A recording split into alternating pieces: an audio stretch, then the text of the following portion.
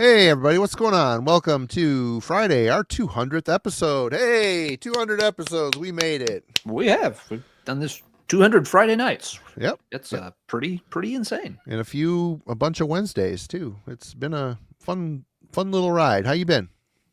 Yeah, it's been a very busy week, but doing okay. The weather's gotten a little bit nicer, and yeah, glad to be able to hang out here for a bit and have some fun. We've got a fun topic I think that folks will enjoy this evening.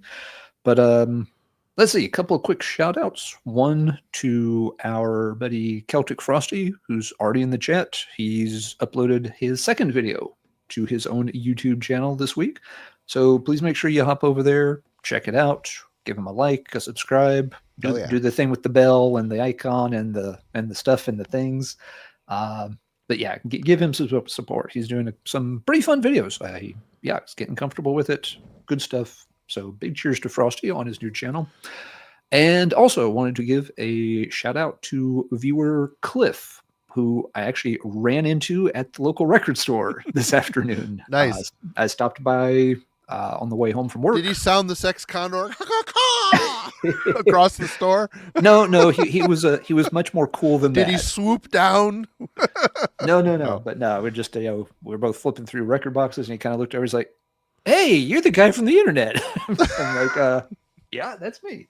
So yeah, we chatted for a bit, and so Cliff, it was really nice to meet you this afternoon, and I'm glad you had some good luck digging through those boxes of records. I brought a couple of things home myself. So, just wanted to say a quick shout out and hey to him. Hey, thank you, Mel. Thank you for letting me steal your husband for 200 plus episodes and all the other stuff. That's 200 plus Friday nights. She hasn't had her husband take her out. So, oh my God, I owe her. You better pay up. You better pay up on Saturdays or something. Yeah.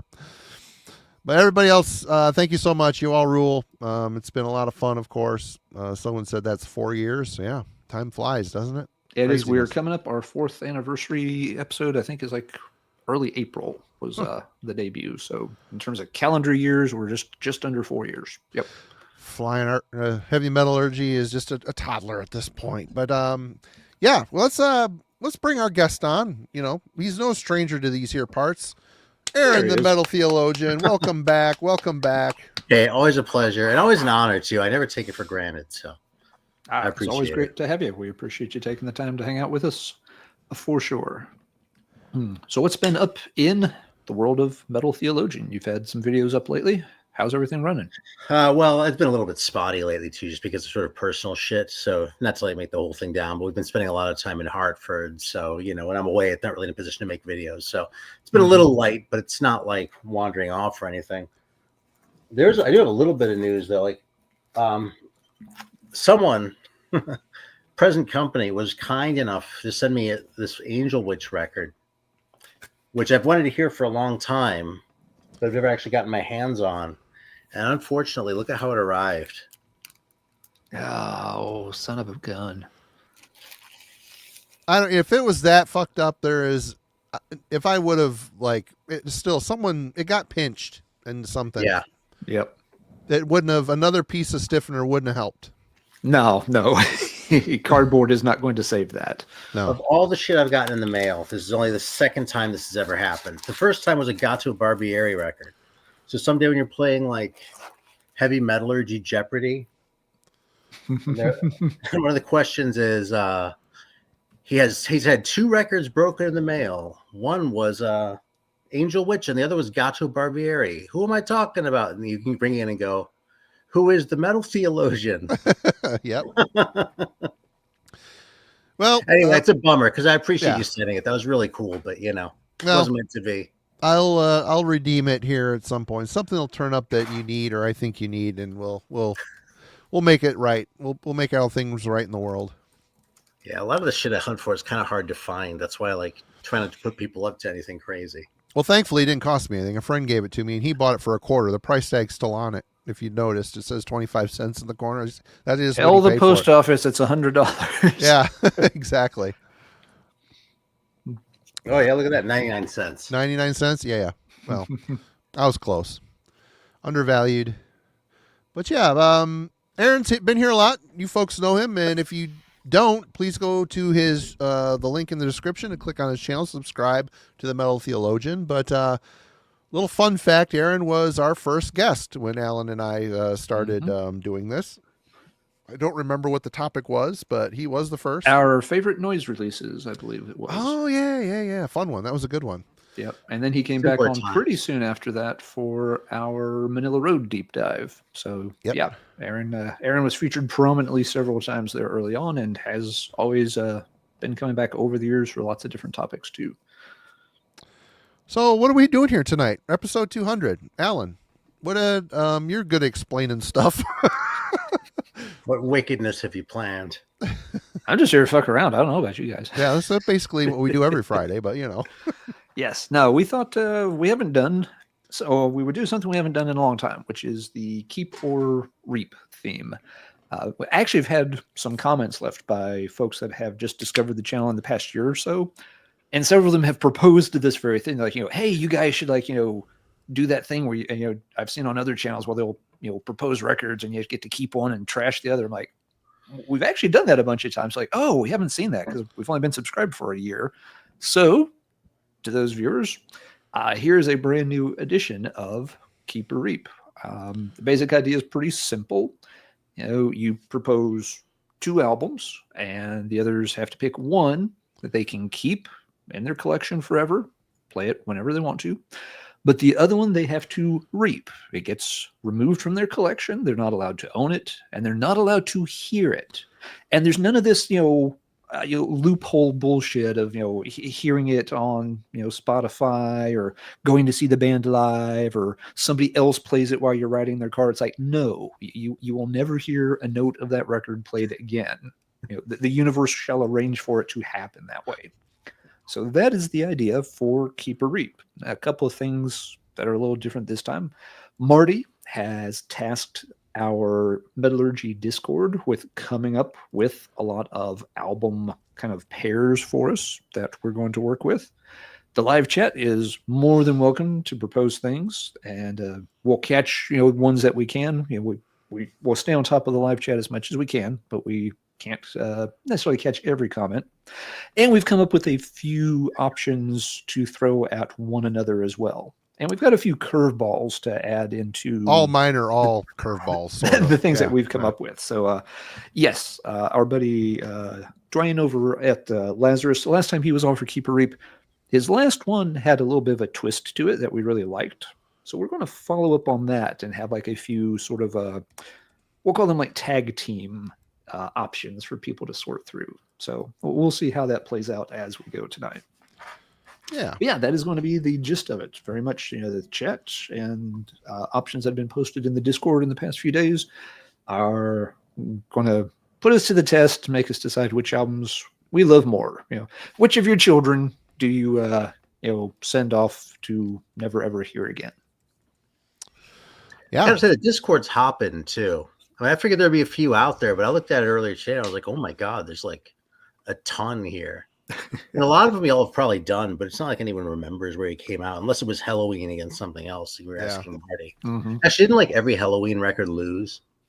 Marty has famously reaped a lot of Halloween albums, which is kind of shocking. Yeah. Well, I know I did it once before, and I have no idea what I said then. So, Mm-hmm. Yes, but you're right. Yeah, and you may want to pick something different this time, even if you did know what the option was last time. Oh, there's still some Halloween choices in my pile, so you guys are gonna have to sweat it out. Not me though. Hold that beer. I figured.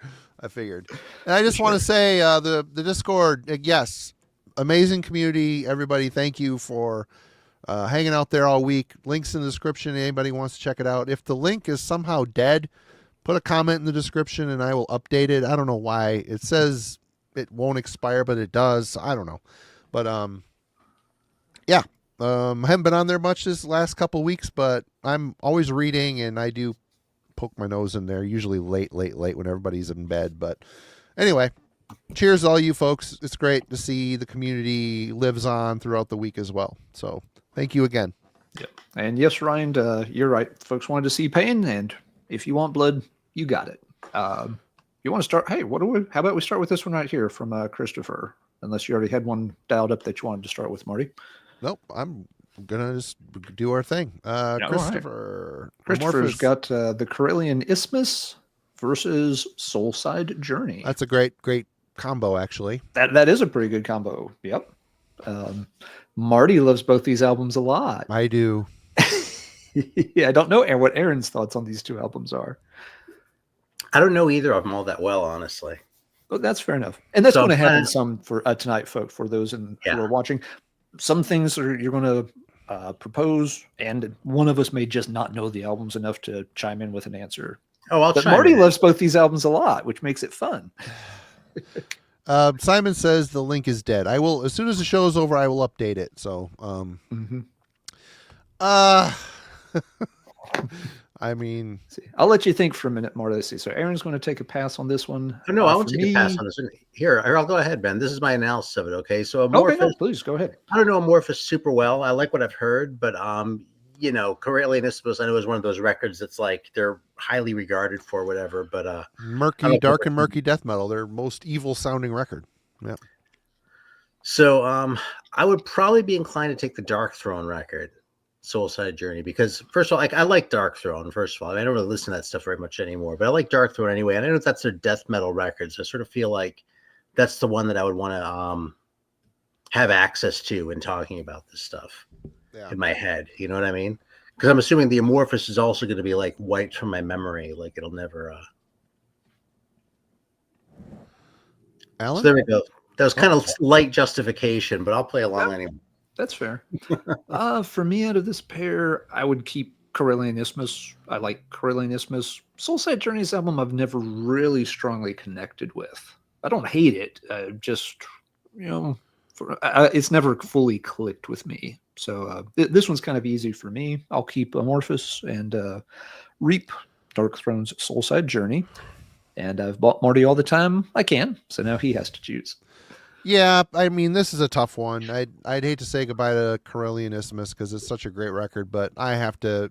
That's my favorite Dark Throne record, and they never put out another record like it, so I can't say, oh, if I skip this one, I have this other one from their catalog to enjoy that is similar. So, no, I'm gonna have to go with Dark Throne, Soulside Journey, and I guess just Spin Privilege of Evil, which has some songs that were on Corellian Isthmus. Not the same, but it's still. Yeah, good pick though. For demos, but yeah, that was a good pile. Let's see. This is the only one I actually have. I was to say you haven't listened to it. It's a great record. Yep, it's a great one. I got it like right at the tail end of the last big death metal kick I was on, and by the time it showed up, I was kind of like, that's cool. And I put it on. I was like, yeah, this is good, but like it didn't really rip my face off. But I'm really also really conscious of the fact that I wasn't like in the right frame of mind for it. You know what I mean? Mm-hmm. Like where I was in my head, it wasn't gonna rip my face off. So. Yep. It deserves more than what it's gotten from me. So, No, that's perfectly fair. Well, I think I might have changed my mind. I actually might reap the Dark Throne now instead. But well, we know what you're gonna be listening to next week anyway. Yeah, good deal. Let's see. Here's another one from Skull of the Viking. Slayer, Rain in Blood versus Metallica, Master of Puppets. Widely considered by many folks kind of the pinnacle for both bands. It's already hard. It is already getting hard. Let's get that a lot. Not as much anymore. I'm getting too old. Yeah. Let's see. I'll tackle this one first. Give you guys a moment to think. You can use me as a meat shield here for a moment. Let's see. Yeah, obviously, both sort of very classic Big Four thrash albums. But for me, out of these two, I would keep Master of Puppets. I like the album a lot. That was a huge high school era album for me. And even though I don't play it a ton anymore, it's still just, part of my heavy metal history more than Rain in Blood is. Rain in Blood is absolutely fine. It's excellent. But it's like my third or fourth favorite Slayer album. It's not at the top of the Slayer heap. So there are multiple Slayer albums I would keep over that one anyway. So yeah, I'll keep Master of Puppets, and I will reap Rain in Blood. Aaron? I mean, you're a big Slayer fan, so. Yeah, I mean, it's really kind of easy to be Rain and Blood, but I'm saying that I'm also thinking there's a part of me that wonders what it feels like to not know what Master of Puppets sounds like. Yeah. I've known it so well for so long. Yeah. I mean, Rain and Blood too, but I didn't really get into Slayer until I was in my early 20s. With the Metallica shit, I was right there, like in my teens, Yeah. So I just think you can beat a riff like Altar of Sacrifice. Yeah. Mm-hmm. Well, for me, that's my second favorite Slayer record, and to me, it's their most intense record. Yeah, It's the best for some reasons. The other one I like better is better for other reasons, but I don't know. Master of Puppets is eternal classic, total nostalgia record for me. Big Metallica were a huge out band for me when I was a kid. Huge. Sure. But I gotta go Slayer because that's just such a ripper. The post-mortem raining blood at the end. That 1-2 knockout punch at the end. Oh my God, what a great duo of songs. Yeah, to say goodbye to that would be tough. Whereas I still have Ride the Lightning, right? and Kill Them All. No, Puppets. Yeah. Yep. The other thing about the Slayer record is they don't try your patience with Orion or something like that. Yeah. That's fair. Yep. Fair enough. Let's see. Ryan has an interesting choice. I don't know which one I would want to pick. Oh, dude, Saint Anger, easy. I mean, the drum sound alone. Yeah. I mean, I've really barely listened to that record. I mean, for like a little bit here and there. I haven't even like listened to the record per se. But I swear, the reason I listened to any of it was just because people were mauling about the drum sound, and I listened to it and I was like, this actually sounds kind of fantastic. In fact, there's a video someone made. It's on YouTube somewhere, and I come back to it from time to time, where someone replaced it's Master of Puppets, but they replaced all the snare hits with Lars's drum sound from Saint Anger. Wow. Yeah, it's like you listen to a song and a half, and you're like, God damn, man. Yep. But like once a year or something, I'll go back and listen to it again. So I can't hate Saint Anger that much because it gave me that. Good deal. Why don't we? Go ahead. Oh yeah, I was gonna say if you want to, it's let's pull up some of the Discord options. Oh, you have Aaron go first, our guest. That'd be a good one too.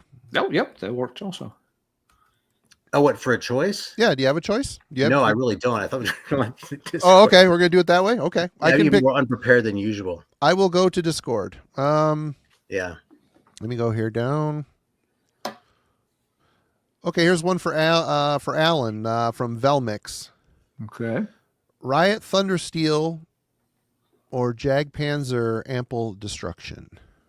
Yep, that's a very, very good pair and a tough choice. I know my answer off the top of my head, mainly because we recently ranked or picked our top 5 albums for a stream with S. Craig Zoller.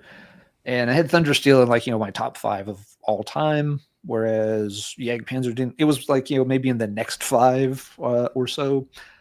So based on that, I'd have to keep the Thundersteel, but that's a lot of copies of Jag Panzer I'd have to get rid of. That'd be a big fire. It's going to take a while to reap all of those. You have to call the county and get one of those big green trash bins put in front of the house. But what would you keep or reap there, Aaron? Same question. So I don't know either of these records as well as Alan does. Thank you, Alex. By the way, sorry. Thank you, Alex, for the 5 spot. Appreciate you. Yes, appreciate that for sure.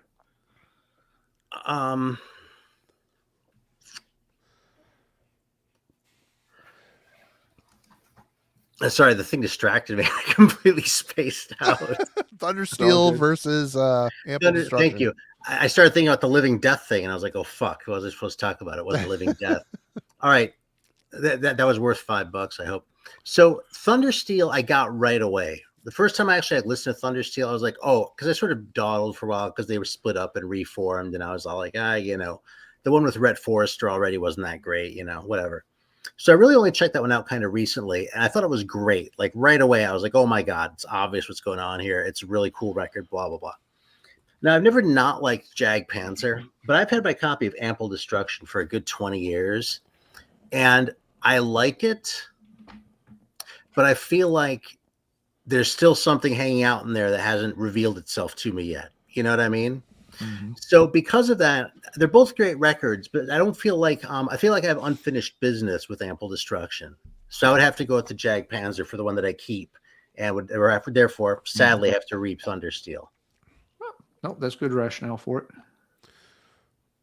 For me, Thundersteel. I got to go with Thundersteel just because I've listened to it a lot more than Ample Destruction. I own Ample Destruction. Only spun it a couple times.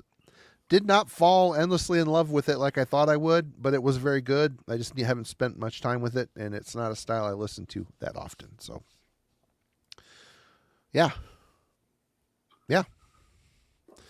Alan, do you want to go? Go ahead. Oh, go ahead. I'm not trying not rushing. What were you going to say? Oh, I was going to say there's so many things. Like if you made a checklist and like said, on Ample Destruction, the production is great. You know what I mean? It's because it's not great, but it's like it's on the right side of shitty. You know what I'm saying? Mm-hmm. And then like the right side of shitty. Yeah. Like the singer sounds like he's working for those notes. You know what I mean? Yeah. And the whole thing just has like a real sort of like, it feels really present. It has like a real sort of urgent feel to it. You know what I mean? So I love all these things about it, but just like somehow the songs haven't like opened up. But I just got into Witchcross for real like a year ago. Now I can't imagine not liking Witchcross, but Fit for Fight left me cold until about a year ago. It's another one I've had a good 20 years, that record. Mm-hmm. So, yeah, that's a great album. Yeah. So one of these days, Ample Destruction, I'm going to be like, oh my God, this is so fucking good. How did I not hear it before? But sometimes you just have to wait. No, you're exactly right. Yep. Sometimes you hear it, and then it clicks. Yeah. It happens to all of us. Ben, we're not doing $5 requests. We're just here for fun. We're all good. But if people want to throw money, hey, we'll take it. We'll take it. We'll catch it. Indeed. Alan, did you have a pair that you picked? Yeah, sure. Let's see. I will propose, and like we said at the start, we're going to do a few that are not just one album versus another album, but some different things. So my first question to y'all would be, would you prefer to keep the Merciful Fate catalog or the King Diamond catalog? That's easy for me. What would you go with then, Aaron? My biggest regret would be losing Fatal Portrait. Okay. Merciful Fate, easy. I think the songs are better. I think it's less up itself overall. It had like, this is going to sound worse than it actually vibes out, okay? Because I do like the King Diamond records. But it's like, if you took just the annoying shit out of the Merciful Fate records and isolated that, that's like what the King Diamond catalog would be. And like the annoying shit in Merciful Fate's still pretty good, right? But it's just I don't think Frosty likes this choice. Yeah. No, I okay, now I'm just being funny, but I like Merciful Fate a lot more than I like King Diamond solo. Like, it's not even that close. I do like King Diamond solo. I just saw him late last year and I had a great time at the show, but compared to the Merciful Fate, I mean, King Diamond has got more gas in the tank. You know what I mean? I think his catalog's a little longer. Yeah, the Merciful Fate catalog is, I mean, I even like, I like moments of Into the Unknown. I think there's some great songs on it. I don't care for Dead Again. I don't Into the Unknown is the one that won me over on later Merciful Fate. Yeah. I was looking at a huge kick once, and I was like, I always bail after they split up the first time, right? And I was like, oh, maybe I should give it a chance. And I saw that one at the record store, and I brought it home, and I was like, it's really good. So it is. It's really good. Good riffs. I mean, 9 is solid. Dead Again, I don't care for. It sounds too King Diamond-y. You know what I mean? Yeah. Yeah, actually, exactly. That's when they started recording everything in the same studio in Dallas or wherever they were at. That can't remember the name of the place. Man, but I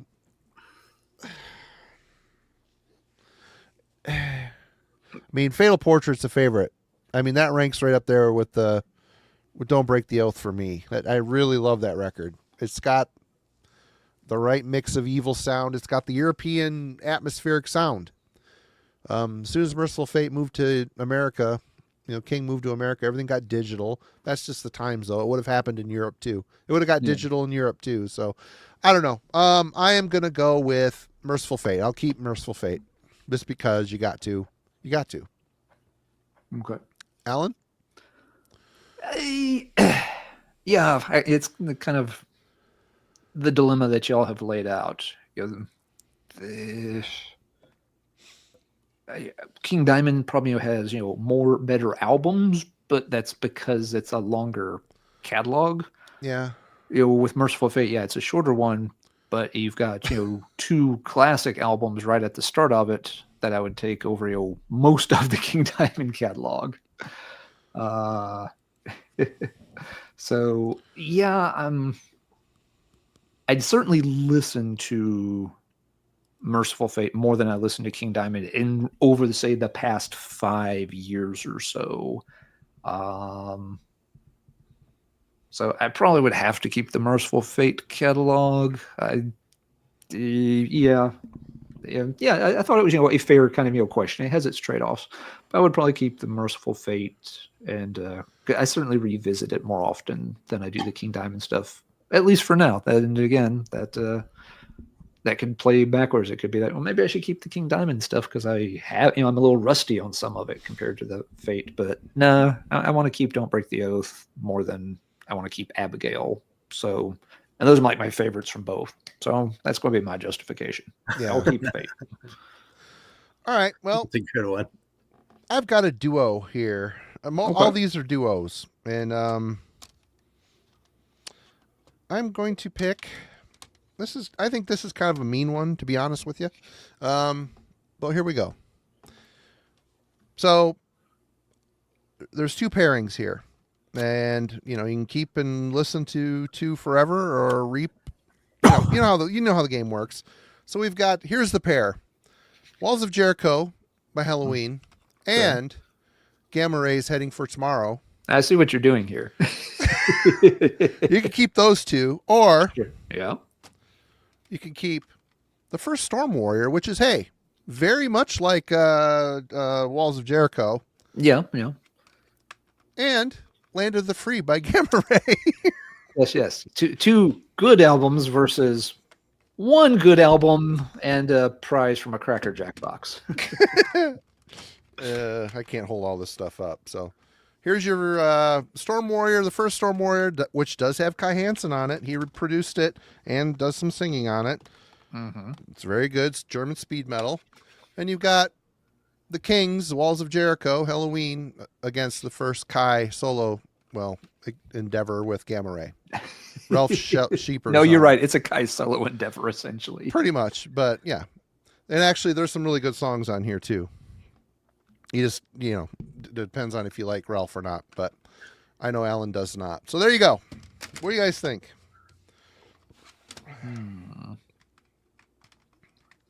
That's actually pretty tough for me because it's one that I know pretty well, Walls of Jericho. One that I know a little bit, which is the older Gamma Ray, the one with the blue cover. Heading for Tomorrow. Right. And then on the other side, there's one that I know is like Marty's. That's the one he recommended to me like years ago as far as one to get into. If I probably would have grabbed it if I'd seen one for less than $200. Buy a CD player. Yeah. And I don't know Storm Warrior at all. So on the one hand, it's like the temptation is real to just keep the shit that I like. But it might be more interesting to check out the other stuff. I don't necessarily like that stuff so much that I would need to have it forever. You know what I mean? Mm-hmm. I don't have this deep and abiding relationship with Halloween the same way Present Company does. Yeah, right, Alan. God. me and my pumpkin fetish. Yeah, that's right. What do you think, Alan? No, it's a fair choice, and I've actually got something built very similar for you later, for you and Aaron. But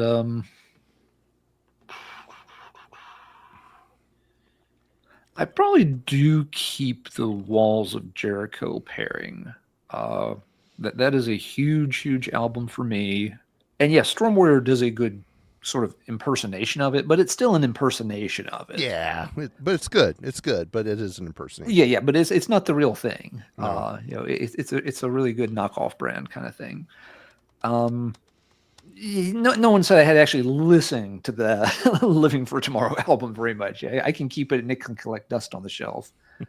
Land of the Free is a great album. Now that one, it would suck to lose both of those albums. The other pair is better in terms of having two very good albums. Mm-hmm. But Walls of Jericho is, that's way, way, way up my list. We only did top 5 albums recently, so I don't know exactly where Walls sits in all that mess. Yeah, you're probably getting into like top 25 kind of album of all time. So I'm not going to give that up for the Swedish import version and one really, really good Gamma Ray album. So I'll keep Walls of Jericho, and I'll use the Gamma Ray for VCLT. What about you, Marty? I would probably have to go with Walls of Jericho. It would suck to say goodbye to Land of the Free because it's such a fucking classic, but there's other really great Gamma Ray records that he was really consistent after Land of the Free for most of it. So, yep, that's not as hard as I thought it would be, but I thought it was a kind of a tricky pick there. No, I feel like I made the right decision too, because it felt conservative to stick with Walls of Jericho. But if Marty takes that one over Land of the Free, then I didn't fuck up too bad. I mean, it's Land of the Free is a great record, but it's a bit long. But let's go to the let us go to the Discord here. Our friend Penguin overseas. Actually, you had that super chat before too. I don't think we did that one. Was it a pick? I think it was just a for Metal Neanderthal. Oh, it was. Sorry, Alex. One more for Aaron. Living Death, Vengeance of Hell. Oh, okay, or Flames Made in Hell, the Greek band. Okay. All right. So I don't know the Flame stuff as well as the Living Dead stuff. Made in Hell, though, is one that I definitely like. And there aren't a whole lot of Greek bands that I really love anyway, so it's kind of cool to have Greek records like that. I think Vengeance of Hell is probably the weakest Living Death record, mostly because of the production, unfortunately, but it's just a tough record to listen to. And the second and third were great, like Protected from Reality and Metal Revolution. The EPs are all great, but yeah, so of those two, I would probably have to stick with the Flames record and keep Made in Hell and Reap Vengeance of Hell. All right. Do you have an opinion on that one, Alan, or no? I don't know their catalog well enough to ring in. All right. Sorry, Alex. I was watching the chat and I didn't pay attention that you actually attached something to that. But thank you again for the super chat. Mm-hmm. Okay. Going back to the Discord, our friend Penguin from overseas, he did a whole bunch, and there was one here that I thought would be good for you guys. Okay. The Sweet Savage Take No Prisoners 7-inch versus Crucifixion the Fox 7-inch. Oh, come on. That sucks. That's really hard. That sucks. Well, you must choose. Oh, fuck. I thought 7 inches were out of bounds or something. Yeah, I'm angry at 7 inches. They're dumb. Anyway. Yeah. and enjoy your time, your rest period here while you've got it, sir. Okay, Sweet Savage or the first Crucifixion single.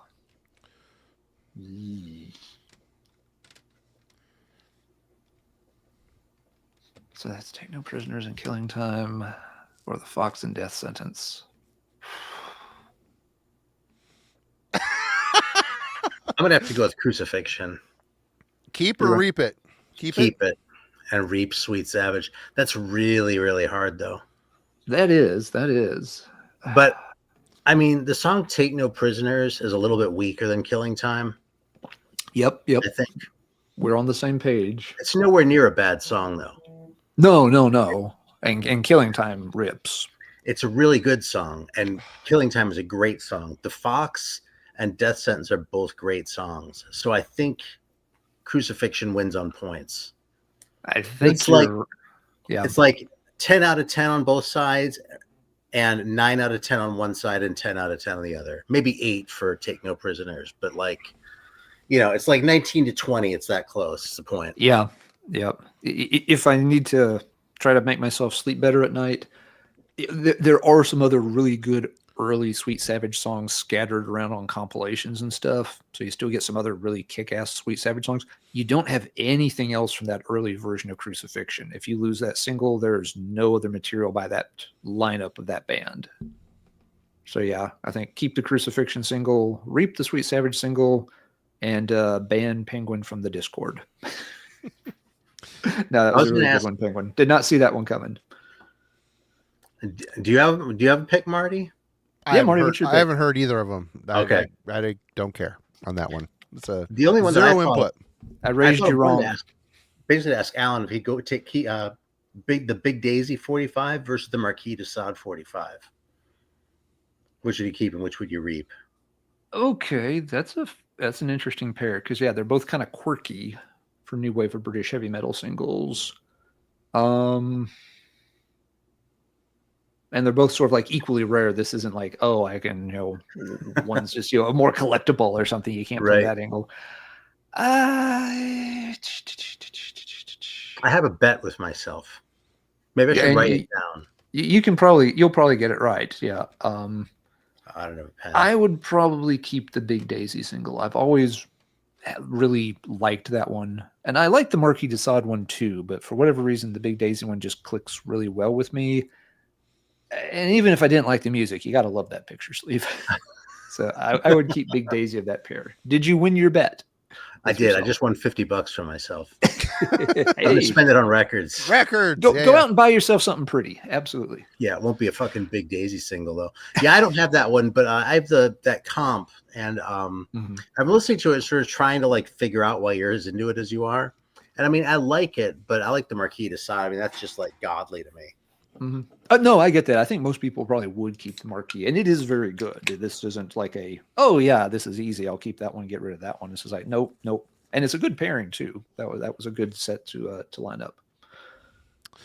All right, one more from Penguin here for all of us. Kind of a hard one. Manila Road, Crystal Logic, or I don't like where this is going. Omen, Warning of Danger. That's hard. Okay.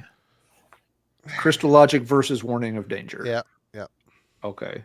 I'll go first because I can pick this one. As much as I love Warning of Danger, Crystal Logic is near top 10 kind of album for me. So there's no way I'm giving that up for it. This is again, like Warning of Danger is like 8.5 or 9 out of 10. Crystal Logic's like 11 out of 10. So absolutely keep Crystal Logic. But a fair pair for sure. So I bought you 10 seconds. What do you think, Aaron? Crystal Logic is the record that got me into Manila Road. Warning of Danger is really the record that got me into Omen too. It's a good pairing. But I mean, the Manila Road catalog has just given me so much more. Like the door that it opened was so much wider than the one that Omen opened. Where I really like Omen. I mean, their first I even like the record with that like space lady on the cover or whatever. I've never heard that because JD Kimball wasn't on it. I wasn't interested. But the point is, like, I'm not really hard on Omen as a band. I'm pretty pro Omen generally speaking, but putting it up against Manila Road, you're pro-man? Yeah. So Crystal Logic is probably still my favorite. It's between Crystal Logic and the Deluge for my favorite Manila Road. So yeah, I'm gonna let that go. If I'd still have Battle Cry by Omen, I'd live. Yeah. Marty? Well, I've had way more love and life with Warning of Danger. Worship that record. I worship JD Kimball's vocals on it, the songs, and I'm late. Technically, I'm late to Manila Road. My first breakthrough Manila Road record was Atlantis Rising. That was the one that got me into Manila Road. But I mean, Crystal Logic rose up the ranks pretty quick. God damn it! I'm gonna have to pick Warning of Danger just because I'm keeping it. Keeping Warning of Danger. Okay, cool. I see Simon has a pretty funny one here too. For Marty, Sinister Cross the Sticks versus Bolt Thrower for Victory. No apologies. I literally bought both of those because of Marty. They're both great. They're both great records. They're both great records. Yeah. Yep. No one's going to. You're not going to find many people that will argue that. I'm sure there's somebody out there who would. I know what I instantly wanted to say, but the more I think about it, there is only one album in the Sinister catalog that sounds like Cross the Sticks, and it's Cross the Sticks. Bolt Throwers for Victory, even though it's a perfect record, it is perfect from start to finish. Every riff is gold. There are other Bolt Thrower records that sound like Bolt Thrower, so it sucks to say goodbye to one of the best albums ever, For Victory, but I'm siding with Cross the Sticks. Yep. So suck it, Simon, with you and your funny questions, your funny Australian questions. Simon agrees with your logic. It looks like it's a tough one. But okay. Alan, do you have another one you want to? Sure.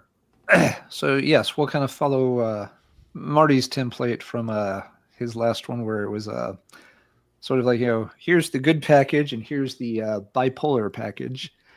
So and this one is going to be all German thrash. Okay, so this is the German thrash choice of the night. You may keep Extreme Aggression plus The Least Successful Human Cannonball. Or, so you have those two are on one side, Extreme Aggression and The Least Successful Human Cannonball. Your other option is to keep Persecution Mania, Chemical Imbalance, and Release from Agony. It's 2 versus 3. What now? All right, one more time. No problem. More time. Extreme Aggression and Least Successful Human Cannonball. That one I got. On the other side, there's 3 albums. Okay. Of 2.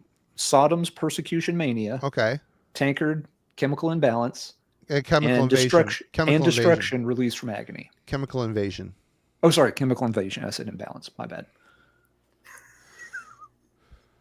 I thought it was a record I hadn't heard of. I was like, shit, that's going to be some death metal thing. Yeah. No, just misspoke. Chemical Invasion. So I'm keeping Creator, Extreme Aggression. Going to keep that and going to ditch all 3 of the others. I'm ditching the other 3. Oddly enough, when I was younger, I listened to the shit out of Sodom. I listened to the shit. Chemical Invasion is Tankard's best album. That album's great. 100% perfect record there too. Release from Agony, I preferred the 2 that came before it. I liked it, but it took me a while. I'm going with Extreme Aggression. I can't. I thought if I put one of the first 2 Destructions in it, it might start to overload that side a little. That would be overload. That would have been a lot tougher. But yeah, do you have any opinion on that one at all, Aaron? Yeah, door number 2. Door number you're keeping?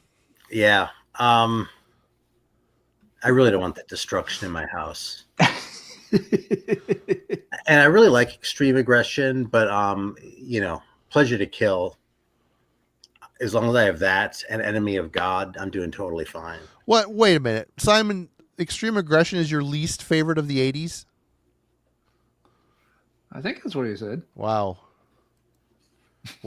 Okay. Let that the honeymoon's over between Marty and Simon. Everybody let that sink in for a minute. All right. What would you pick in that one, Alan? I would keep the 3. I like the Tankard album. I like going back. Yeah. It's one of my favorite Sodom albums. I like the Tankard album, and I'm with you now. I do like the earlier Destruction albums more than that one, but I still find that album pretty interesting. Yeah, it's a good album. And like Aaron, I don't want that cannonball thing in my house. No. It's not the worst thing I've ever heard, to be fair. It has some things going for it, just not very many, not enough to make me want to own it. And I certainly don't want to look at it with that, horrible font and the stupid ass cover. Patrick's going to strike with some hip hop. While he's thinking about that, I've got one here. This is the last one with Halloween in it, I promise, everybody. But this was kind of geared for Alan, just to try to be a little bit mean. But all right, we're going to do this pairing. Candlemass's Epicus Dumicus Metallicus with this is the pair. Halloween's Better Than Raw. Okay. Or Course of Empire by Atlantean Codex with Chameleon. You're really playing up that angle. I see. Which will you choose?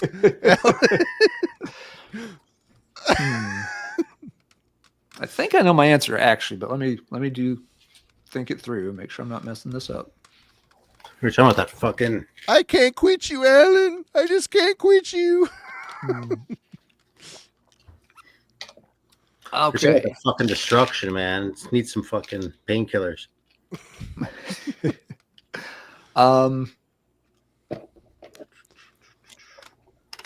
Well, much like the other pairing.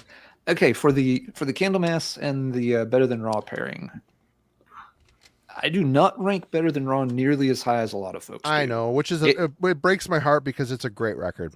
It has some fantastic songs on it, but it has some material I don't care for that much either. So it's not that it's a bad album, and it's not that I don't like it. I just rank it lower than a lot of other. That's why I picked it, because I didn't want it too good. I wanted it. Fair. I knew this was going to be a turd. You like it better than Chameleon all day, every day. Oh God, yes, yeah, no. But I know you love. Still a good album. Love this record, so this is a good pairing. yeah. That's no. I get why you put them together. Yeah, but for the Better Than Raw, not my favorite. Now, Epicus, that's majestic shit right there. But there's a lot of other good Candlemass material. On the other side of the bar, yes, you have a turd, which again I can use as a coaster, play fetch with the dog, give to someone that I hate for VCLT. I can have fun with the Chameleon disc somehow, as long as I don't actually play it. Course of Empires, it would be in the running for my favorite album released in the past 10 years. So I want to keep the Atlantean Codex. I will amuse myself with the copy of Chameleon somehow. And I will sadly lose Epicus. In that Halloween album, again, it's fine, but it's not a personal favorite. And there's a lot of good Halloween albums from the Daracell era, so I'm not going to miss it too much. So I will keep the Atlantean Codex pair. This is a good sidebar right here that Simon just interjected.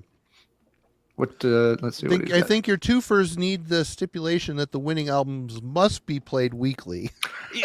Simon, that actually would be fair, and I did consider that when I started putting together some of the gold plus turd kind of pairs. I'm like, maybe we do need to make it that you actually do have to hear it like at least once a month or something. But we can, if it keeps happening, we can change the rules that way. Do you have any sort of sidebar on this one, Aaron? Any skin in this? Any dog in this fight? No, I really don't.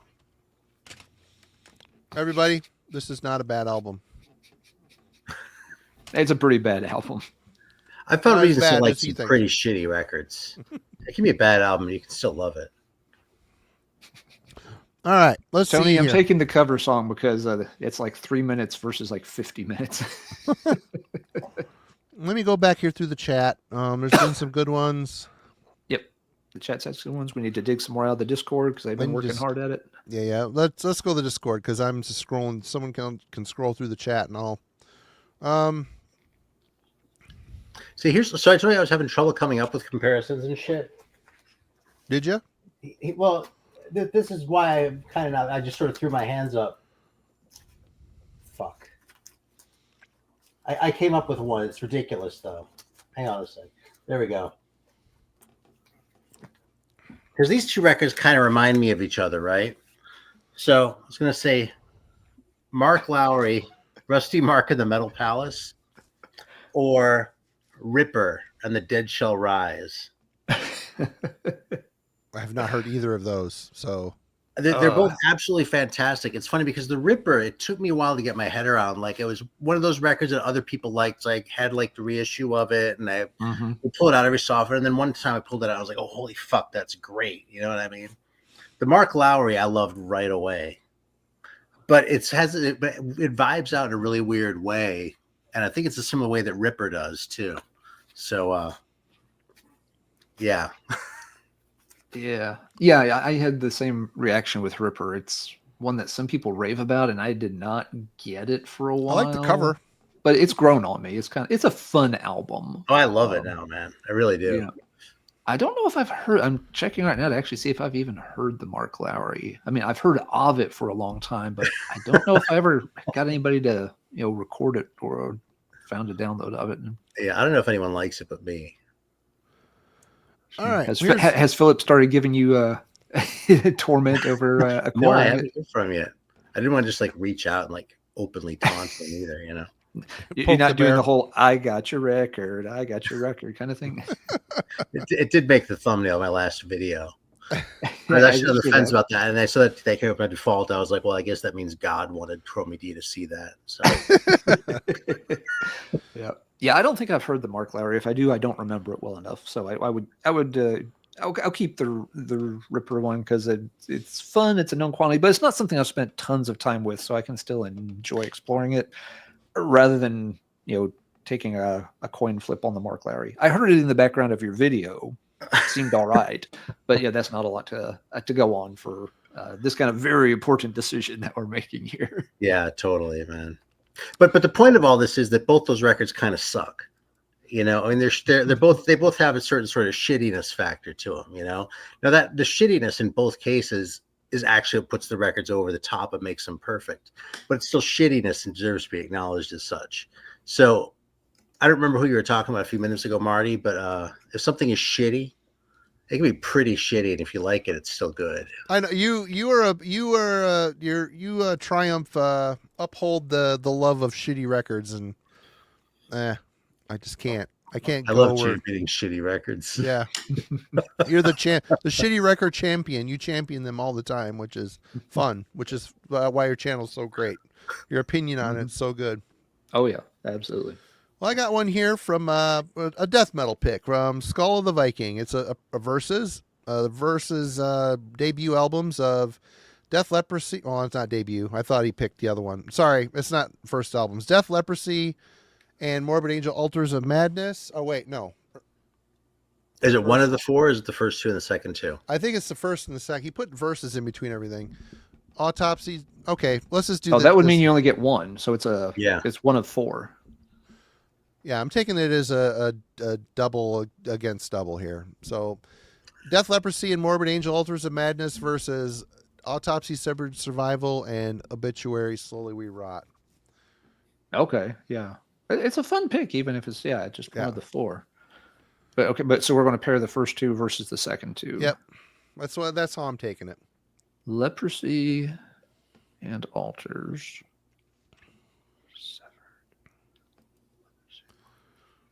Well, I'm going to have to go ahead. Go ahead. Oh, go ahead. No, go ahead. I think I've got mine, but go ahead, Marty.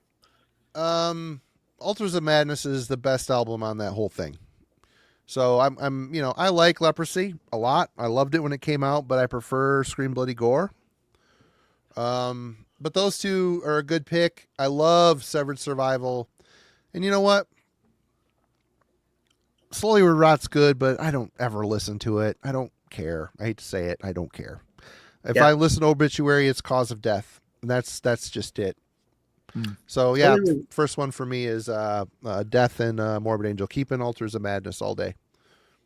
Yeah, Slowly We Rot is one of those records for me where I never like it as much as I hope I'm going to. Yeah. The lyrics thing bothers me. I mean, how lazy. You took all that time cultivating, curating those songs, and at the end, I don't have any lyrics. I'm just going to show up and scat over it. Is that even true? I've heard. Yeah, that he mush mouthed a lot of the lyrics on there. There might be some, but he mostly just went in and made sounds with. He performed. He didn't really have lyrics. Yeah. He's confirmed that he didn't really have written lyrics. That he knows it well enough that he can repeat the sounds, but yeah, it was never like a coherent set of lyrics. Yeah, I'd take as a pair. I would take the first pair as well. Don't have anything. I mean, it's a pretty good pairing. What do you think, Aaron? Well, if it's a pair, I get to take the first one too because Altars of Madness is in there. Okay. I mean, that record is one of the reasons why I like death metal. That's sort of what got me into it back when that stuff was starting to happen. Mm-hmm. If we did them individually, does everyone pick Altars or does somebody pick something else? I pick Altars. I'm going through the Discord here. Sorry. I'm pretty sure I pick Altars too. You're going with pick one then? I'm going with pair one, and if we split it up into like 1 versus 1 versus 1 versus 1, I would take altars out of those 4. Me too. 100%. Yeah. All right. I'm not Let's the see biggest here. Death fan, really, but I'd be happy to have Leprosy sitting next to a Morbid Angel for when I wanted to hear something different. Mm-hmm. You know, I'd be happy if I just had one death metal record sitting on the shelf. I'd rather it be Leprosy than Slowly We Rot. There. Sean K. I lied. There's more Halloween. Sean K. in the Discord server suggested I could have just not read this and it'd been fine, but no, I didn't. Lost Horizons Awakening the World versus Halloween self-titled album. Oh. It's just mean. Welcome back onto the playing field, Marty. We're stupid. Your timeout's over, sir. Why didn't I just let that one slide? Okay, so the first Lost Horizon versus the most recent Halloween.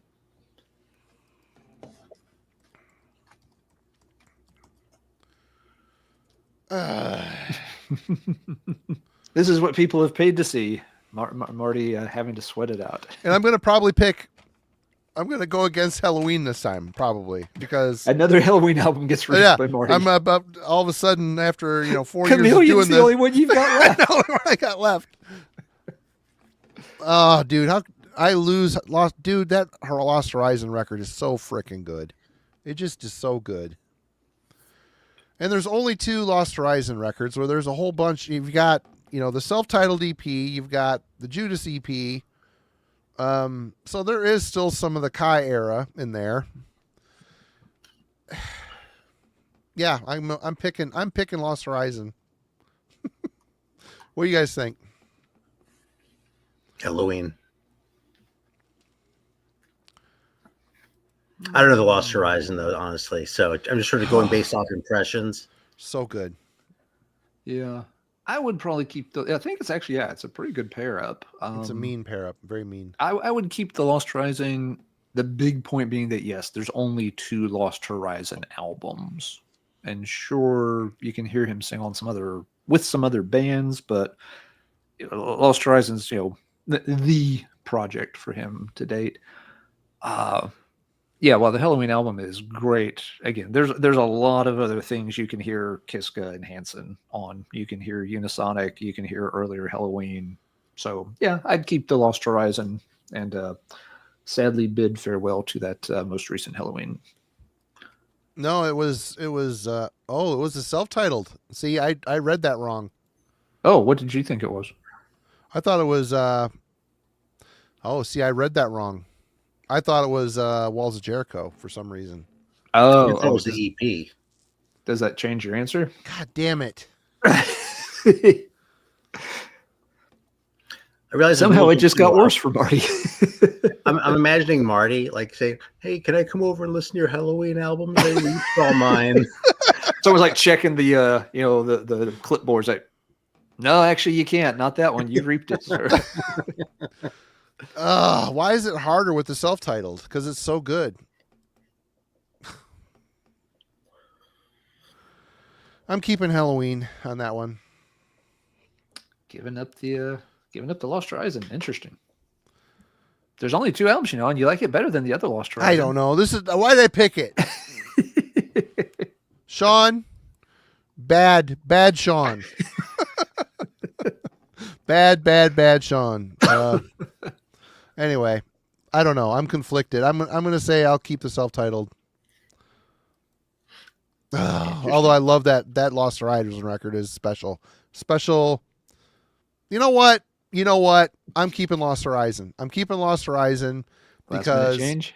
Yep, there's a new Halloween record coming out with all the reunited dudes. Yeah, it would suck to have Skyfall and some of the other good songs on that record, but there's a whole bunch of Dara shit. I'm keeping Lost Horizon. I'm sticking with it. Anyway. Okay. Ellen, do you bad Sean. Bad. Both were hard. Both ideas were hard. Anyway. Alan, do you have another pick for us? Sure. Let's see here. Okay. I thought this was sort of an interesting pair. Don't know if it'll be hard or easy. You may keep either the entire Bolt Thrower catalog, or you may keep the entire Morbid Angel catalog.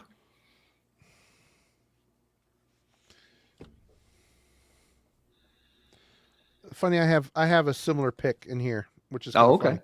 funny. Yeah, I think Bolt Thrower catalog, probably most folks would agree, it's much more consistent. Oh yeah, but Morbid Angel, probably has some higher profile classics in it.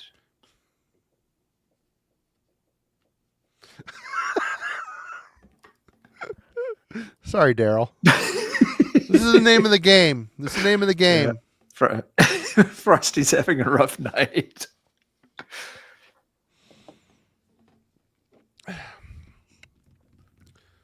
Aaron, do you have an idea on this? Morbid Angel, and read Keeping? the Bolt Thrower. I keep the Morbid Angel. Because Alex sums it up really well here. That Bolt Thrower never had a bad album, but Morbid Angel has some really top albums. Yeah. You can't refuse to answer, Devin. You little puke. This is the game. There's no refusing. The chat's having a harder time than we are tonight, and we're having a pretty tough time. The other thing about Morbid Angel is sometimes when they sucked, they do shit that was kind of interesting anyway.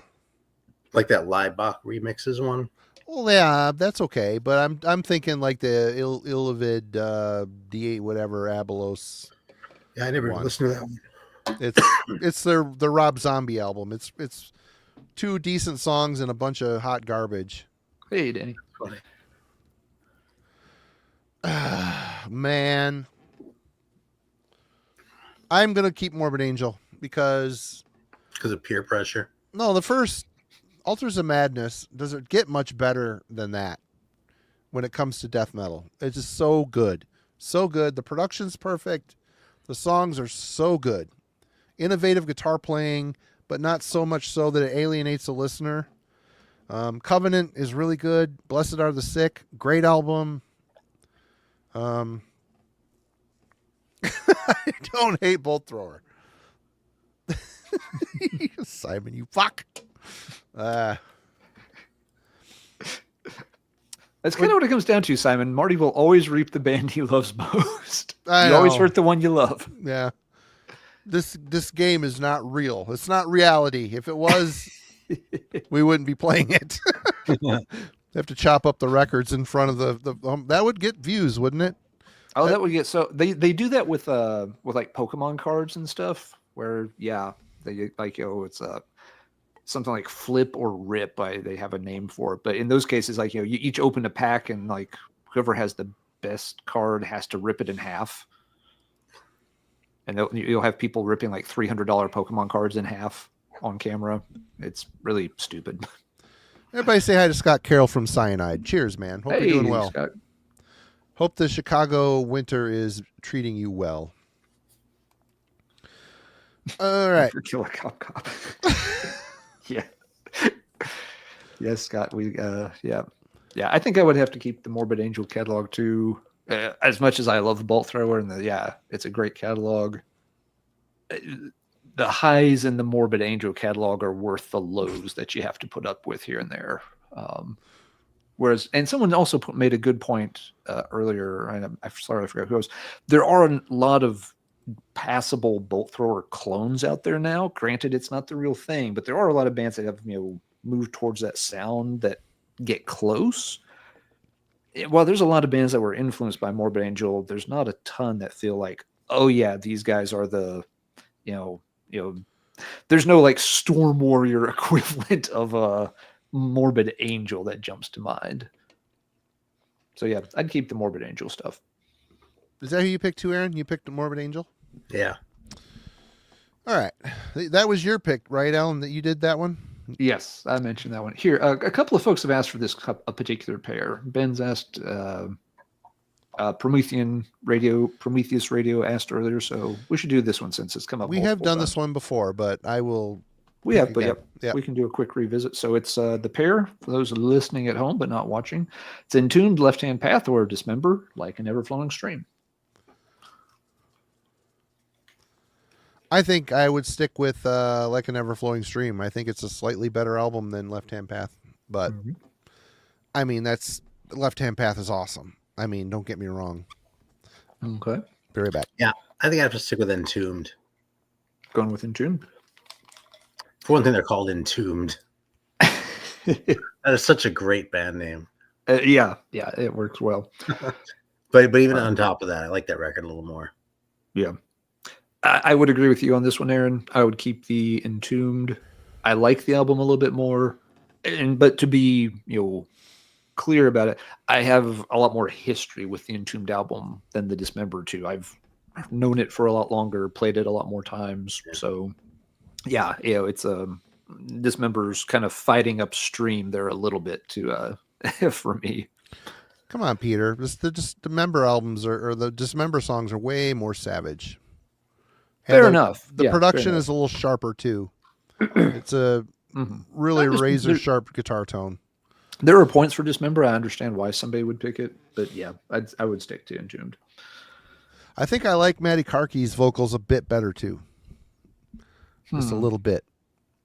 But very comparable, obviously. People called them brother bands forever, but when I listen to them, you can tell the difference. I mean, and Dismember has a much longer career, and their career is almost rock solid consistent.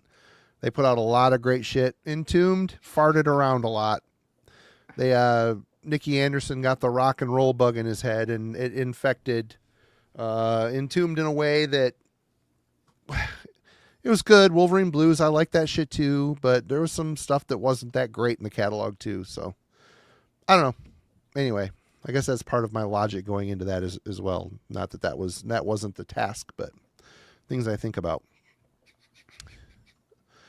All right. Do you want another one from the Discord, Marty?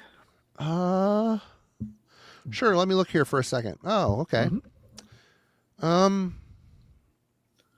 Maze of Torment. Oh, Devin. What you got here, Devin? You got a bunch of stuff. For Professor Steele, Tales from the Twilight World, which would be Blind Guardian versus Walls of Jericho. Yeah, I thought something like this would happen sooner or later. Yeah, that's a good one, Devin. Thanks a lot. I thought we were friends. So just to make sure I didn't mess it up, it's Walls versus Tales. Correct. Yeah.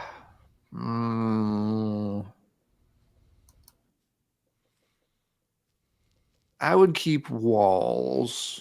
That would really suck because that is it's the best of the early Blind Guardian catalog before they get more and more symphonic. Some of the symphonic stuff is fantastic and some isn't, but Walls is Walls. Halloween didn't do another album like that. That's what Storm Warrior's for. Yeah. But yeah, I would have to keep Walls there. You've got a long run of Blind Guardian albums that are great, but Halloween never did another Walls since they never had guys sing on another album after that. But that is a fair and mean pair for sure, Devin. Well played, sir. Well played. What about you, Aaron? Do you have an opinion on that one? Yeah, Walls of Jericho. Okay, another one here for Aaron. Aaron. I know best of the Blind Guardian and stuff. I'm kind of new to Blind Guardian, really, and I just had the first couple albums, which I realize don't really sound like them any more than the first couple Gamma Rays or something. Well, they kind of did the path of Halloween. They start off kind of a speed metal-ish, and then they got a little bit more symphonic as they went. Yep. Another one here from Devin for the Professor. Sabotage Streets versus Fate's Warning's Parallels. Yes, now he's just copying things off the top 5 video that we did with Zoller. Yeah, he's a funny guy, isn't he? And then he's like, I refuse to answer. Whatever. Yeah. Now, see, I knew people would use that video against us tonight for sure. I will stick to the order I provided when we had S. Craig Zoller on. Fate's Warning it up, just a smidge ahead of Streets. So I would have to keep the Fate's Warning and Reap the Streets. And you're taking away some precious memories from me, Devin. I hope you feel good about yourself, sir. Yeah, I don't think he cares. He's just people in California are just meaner, I think. I'm kidding, people from California. I'm kidding. All right. What do y'all think on this one? Anybody have a vested interest here? I'll take Streets. Fair. Meatloaf metal, I'm fine with that. In that context, it works. They do a really good job with it. We all know you hate Ray Alder. You secretly I despise don't hate him for Ray Alder. You secretly despise the man for replacing. He art. just replaced a guy that was better than him. That's just the way it goes. And then they put out all this sweater vest metal shit. That I just yeah, there's no pent up hostility there whatsoever. No. Yeah. Aaron, what do you think? I don't know either of them, honestly, man. Fair. All right. Okay. This one, I don't know my logic behind this one. This was kind of geared towards Aaron, but obviously, Alan, you're more than welcome to answer as well. I know, all the Slayer shirts that I've seen over the years of the Metal Theologian wearing. I'm gonna stick with a Slayer one here. So all right. We've got, here's the first pair is Slayer's Show No Mercy paired with Judas Priest Turbo or Hell Awaits paired with Point of Entry. Which pair will you choose to keep forever and reap the other two? I think I'll keep the Show Oh, No look Mercy. how quick he is. He has no skin in the game here. You're keeping Show No Mercy and Turbo. Well, let me ask you something first. Does that Show No Mercy does that have an aggressive perfector on it? Because it kind of pisses me off how that gets stuck at the end of everything Slayer. This is one of the first CDs I ever bought, and it does not have it on here. Okay, good. It does have Chemical Warfare, Captor of Sin, and Haunting the Chapel, though. Oh, okay. Well, shit. Then I'm getting a bonus. That's just the Haunting the Chapel EP. Yeah. All right. Well, anyway, though, in any case, I would take a Show No Mercy era Slayer along with Turbo. And that's, I mean, I like Show No Mercy a little more than Hell Awaits. I like Hell Awaits a lot, but I like Show No Mercy more of the two. And I think Turbo has more good songs on it than Point of Entry. I think Turbo's about half good. The other half is pretty terrible, but all of Point of Entry is just fucking boring. And that's worse anyway, because like when Turbo insults my intelligence, it really does it with like a biting quip, whereas that thing is just bland and bores the fuck out of me. So I'd rather be insulted by Turbo as my backup and have Show No Mercy. I don't mind Point of Entry. I don't hate it. I think it gets a lot of flack, but there's a mellowness to it. Solar Angels. Oh, wait, which am I thinking? Desert Plains. You're thinking Desert Plains, yeah. Yeah. Heading Out to the Highway, of course, is the hit single. Everybody's tired of it. It's still a really well done song. This album doesn't bother me. Of course, it's got Hot Rockin' on it. I mean, come on. That's a fun song. This is a fun. I don't hate this. I don't hate it. It's just Locked In is a really good song. Coked. I'll take the title track too. Out in the Cold. Out in the Cold is a great song. Great. On this. Yeah. Yeah. And the title track, yeah, it was good. And Rock You All Around the World. It's just like it's really just open about the fact that it's terrible. Yeah. Whereas fucking Point of Entry like tries to trick you into thinking it's an art record that like you haven't got your head around yet. When it's actually just a boring turd. What'd you think of that one, Alan? Would you pick it? It's a good pairing. I would keep the first ones. I'd keep Show No Mercy. I like it more than Hell Awaits. And I definitely like Turbo more than Point of Entry. Point of Entry is in the wrong spot in the Priest catalog. That album has never... I know what happened, but it's so weird that album fits in between British Steel and Screaming for Vengeance somehow. Because the band's like ramping up, making their sound more and more modern, getting into the 80s thing, all the way up to British Steel. And let's just pretend Point of Entry didn't happen. That trajectory would just continue across Screaming for Vengeance and Defenders of the Faith. But somehow you've got this other album right in the middle that just doesn't make sense. Kind of like you said, Marty, it does have a more mellow vibe. All of a sudden, it's like they let off the gas and just kind of lost focus, which is actually what happened. Halford, has said many times on the record that it was the first time where they weren't really focused on what they were doing in the studio. He's like, for every album up to that, we had a plan, we went in, we had songs, and for the things that we hadn't finished yet, everybody was really dialed in. He's like, and when it came to recording that album, we were just like, bah, party, and just never really gave the music the attention it deserved. And it just kind of, it shows up as this weird blip in the middle of the Priest discography that always bugs me. So definitely the first pair for me. It would make more sense between Rock-a-Rolla and Sad Wings of Destiny now that you mention it, though. Yeah. There are probably other points in the Priest catalog where it would make more sense. It would feel a little more natural. But it really just doesn't fit in between those two albums. It's like this weird intermission. It's just like, just give us a moment to get this thing kind of worked out of our system, and we'll be right back with Screaming for Vengeance and the Hellion. The thing of it is, I listened to Point of Entry, and I think people hate it for what it isn't. And I listened to it, and it sounds like one of those types of records, like a cool summer night, just before, the sun's starting to go down. You got the windows down. You're just kind of cruising. You're not really wanting to headbang or pound this.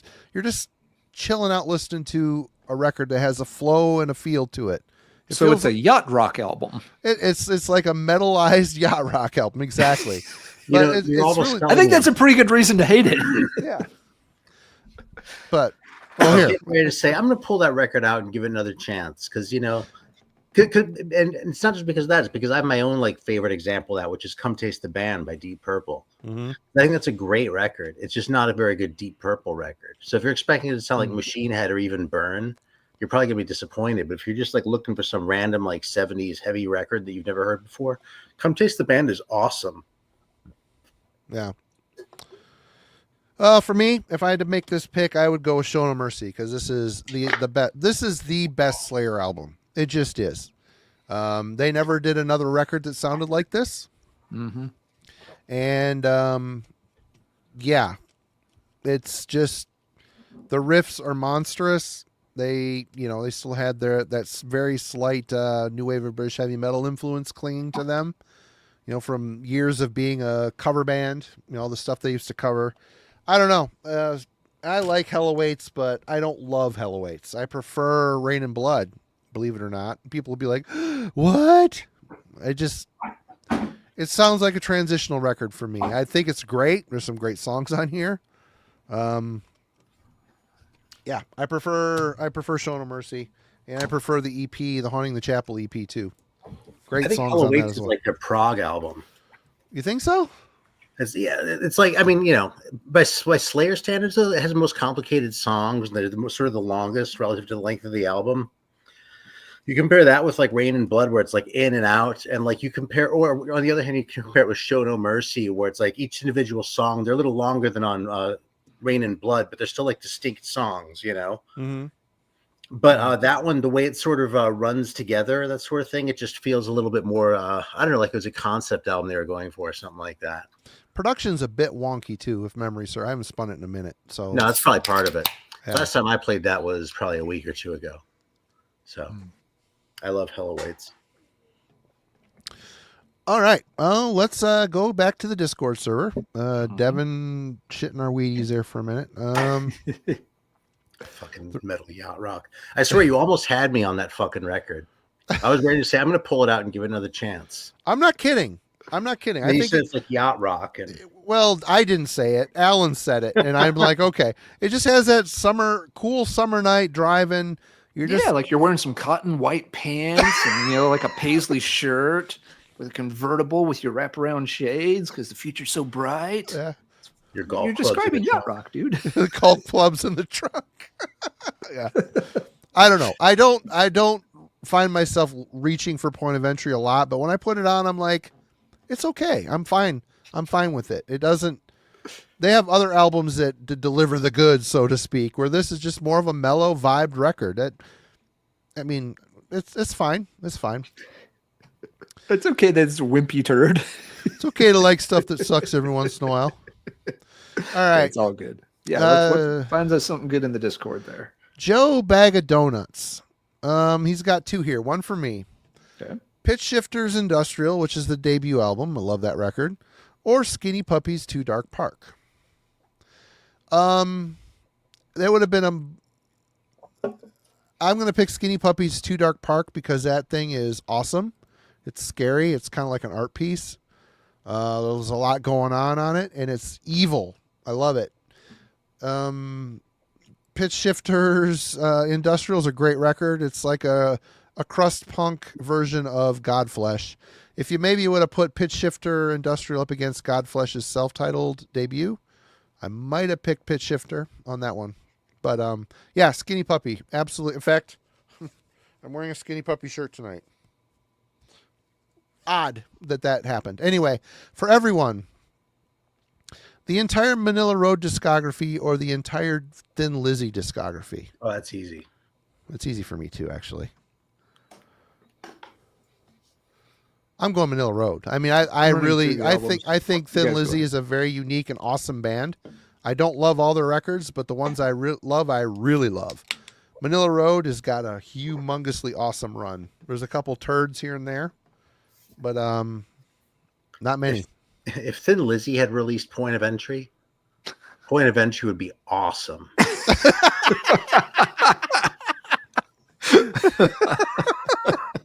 Can you imagine him, Phillips singing those songs?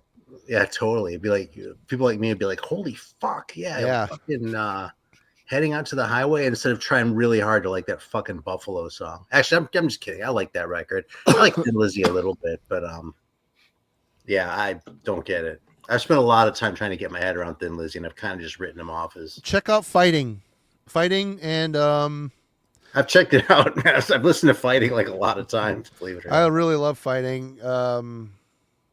Black Rose, that's a good one. I already told you about why I tried so hard to get into Thin Lizzy. Actually, why? You know the guys from or you know the dude from Rockadrome.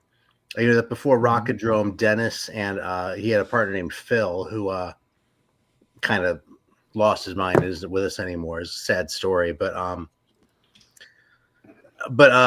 Phil and I were kind of friends. And I went to his place in San Antonio one time when I was living in Austin, and every single room was like floor to ceiling, just records, right? And like I walked in, I was looking at new wave British heavy metal 45s, but like he had a copy of like the Geronimo record just sitting there. I'm like, Jesus Christ! So I was freaking out, right? Of all the shit that he had, you know, and shit I'd never heard of, it was just blowing my mind. His favorite band was Thin Lizzy. So like, if you have all that shit and that's the band that you really latch on to more than any other, there's got to be something there. So I've owned every Thin Lizzy record. There's that live one they put out in the 80s, actually. I never had that one. But I've had every one of their studio albums in the Live and Dangerous. I've played them a lot. I've gone through the different eras and shit. I tried so hard to get into Thin Lizzy. And I kind of think maybe maybe Phil was just nuts. Because I just don't see it with fucking Thin Lizzy.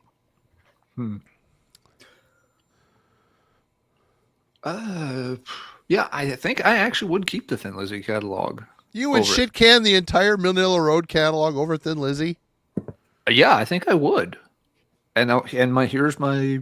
I mean, I love both bands. So this is harder. Manila Road's catalog for me.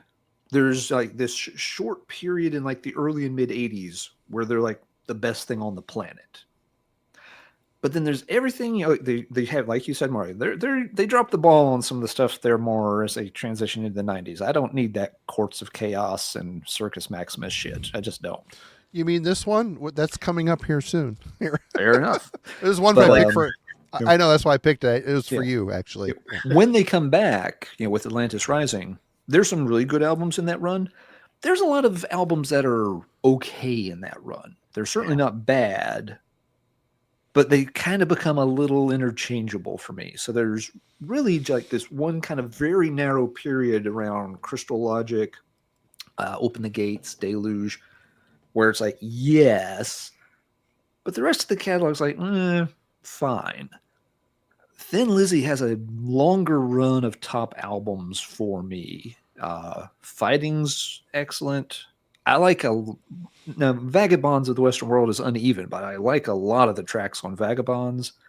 But then you get into the Jailbreak, Johnny the Fox run pretty much to the end of their career. Even if you just stop it at Black Rose, you've got 4 top-notch albums. You've got Thunder and Lightning as a hell of an outro to their career. I personally like Renegade an awful lot. I think it's very underrated.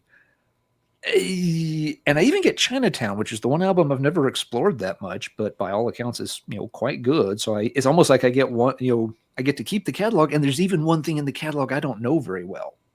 What about Bad Yeah, I've got to Reputation? put up with those first couple of albums before Vagabonds. Now those two, they have their moments, but they're not stellar. But there's just more material in the Thin Lizzy catalog that I consider essential for myself than there is material in the Manila Road catalog. So I would keep Thin Lizzy, and it kind of works out fine because I can keep the one and Aaron can keep the other, and we're both happy, and it's all good. Yeah, Manila Road for me. What about Bad Reputation? Bad Reputation's maybe the one that's just a little bit of a blip in there. Oh, okay. And I don't mind it. It's not that it's bad or anything. It's just not quite as good as the albums that surrounded in that part of the like mid to late 70s catalog. I hate that fucking sax, man. Every now and then, Thin Lizzy, will do something that is almost face palm bad. There's the one song on Black Rose, S&M. Oh yeah. And it's just like, Jesus Christ, what are you doing here? Why is this isn't the kind of thing you even do while you're half drunk, just fucking around in the studio and you didn't think anybody was hitting the record button. You just don't do this, man. Right. No, that's pretty excruciating. I forgot about that fucking song, actually. That song, if you could take that song off that album and replace it with any good song from other albums in that period, Black Rose might be a perfect album. But that is a hell of a blemish. It's right there in the middle of that one. Huh. But it was a good question. It was a good pairing. Good one. It seems like an odd one at first, but yeah, I like that pairing. Steve's got one here. Okay. What about Fate's Warning discography versus Halloween discography?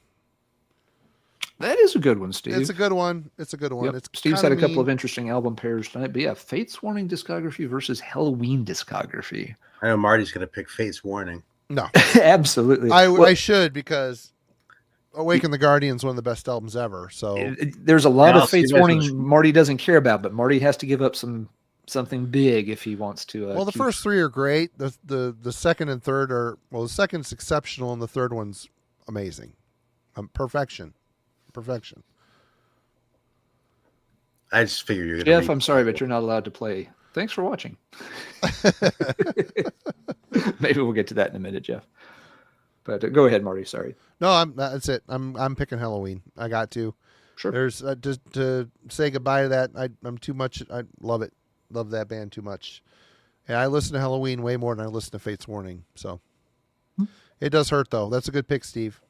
Mm-hmm. Yeah, you made him work for that one, Steve. Yeah. Let's see, Aaron, your thought? Yeah, I'm not as big a Fate's Warning fan. Okay. So it's relatively easy for me. Not that I'm the biggest Halloween fan, but I do really like Halloween. Mm-hmm. So I like Fate's Warning, but I've never listened to a Fate's Warning record. But like, holy shit, Yeah. Okay. What about you, Alan? What do you think? Yeah, I mean, that's a tough one because, I like a lot more of the Fate's Warning catalog than you do, Marty. Yeah. At the same time, you have, Guardian ranked higher, in the Pantheon than I do. Well, it's a fantastic album.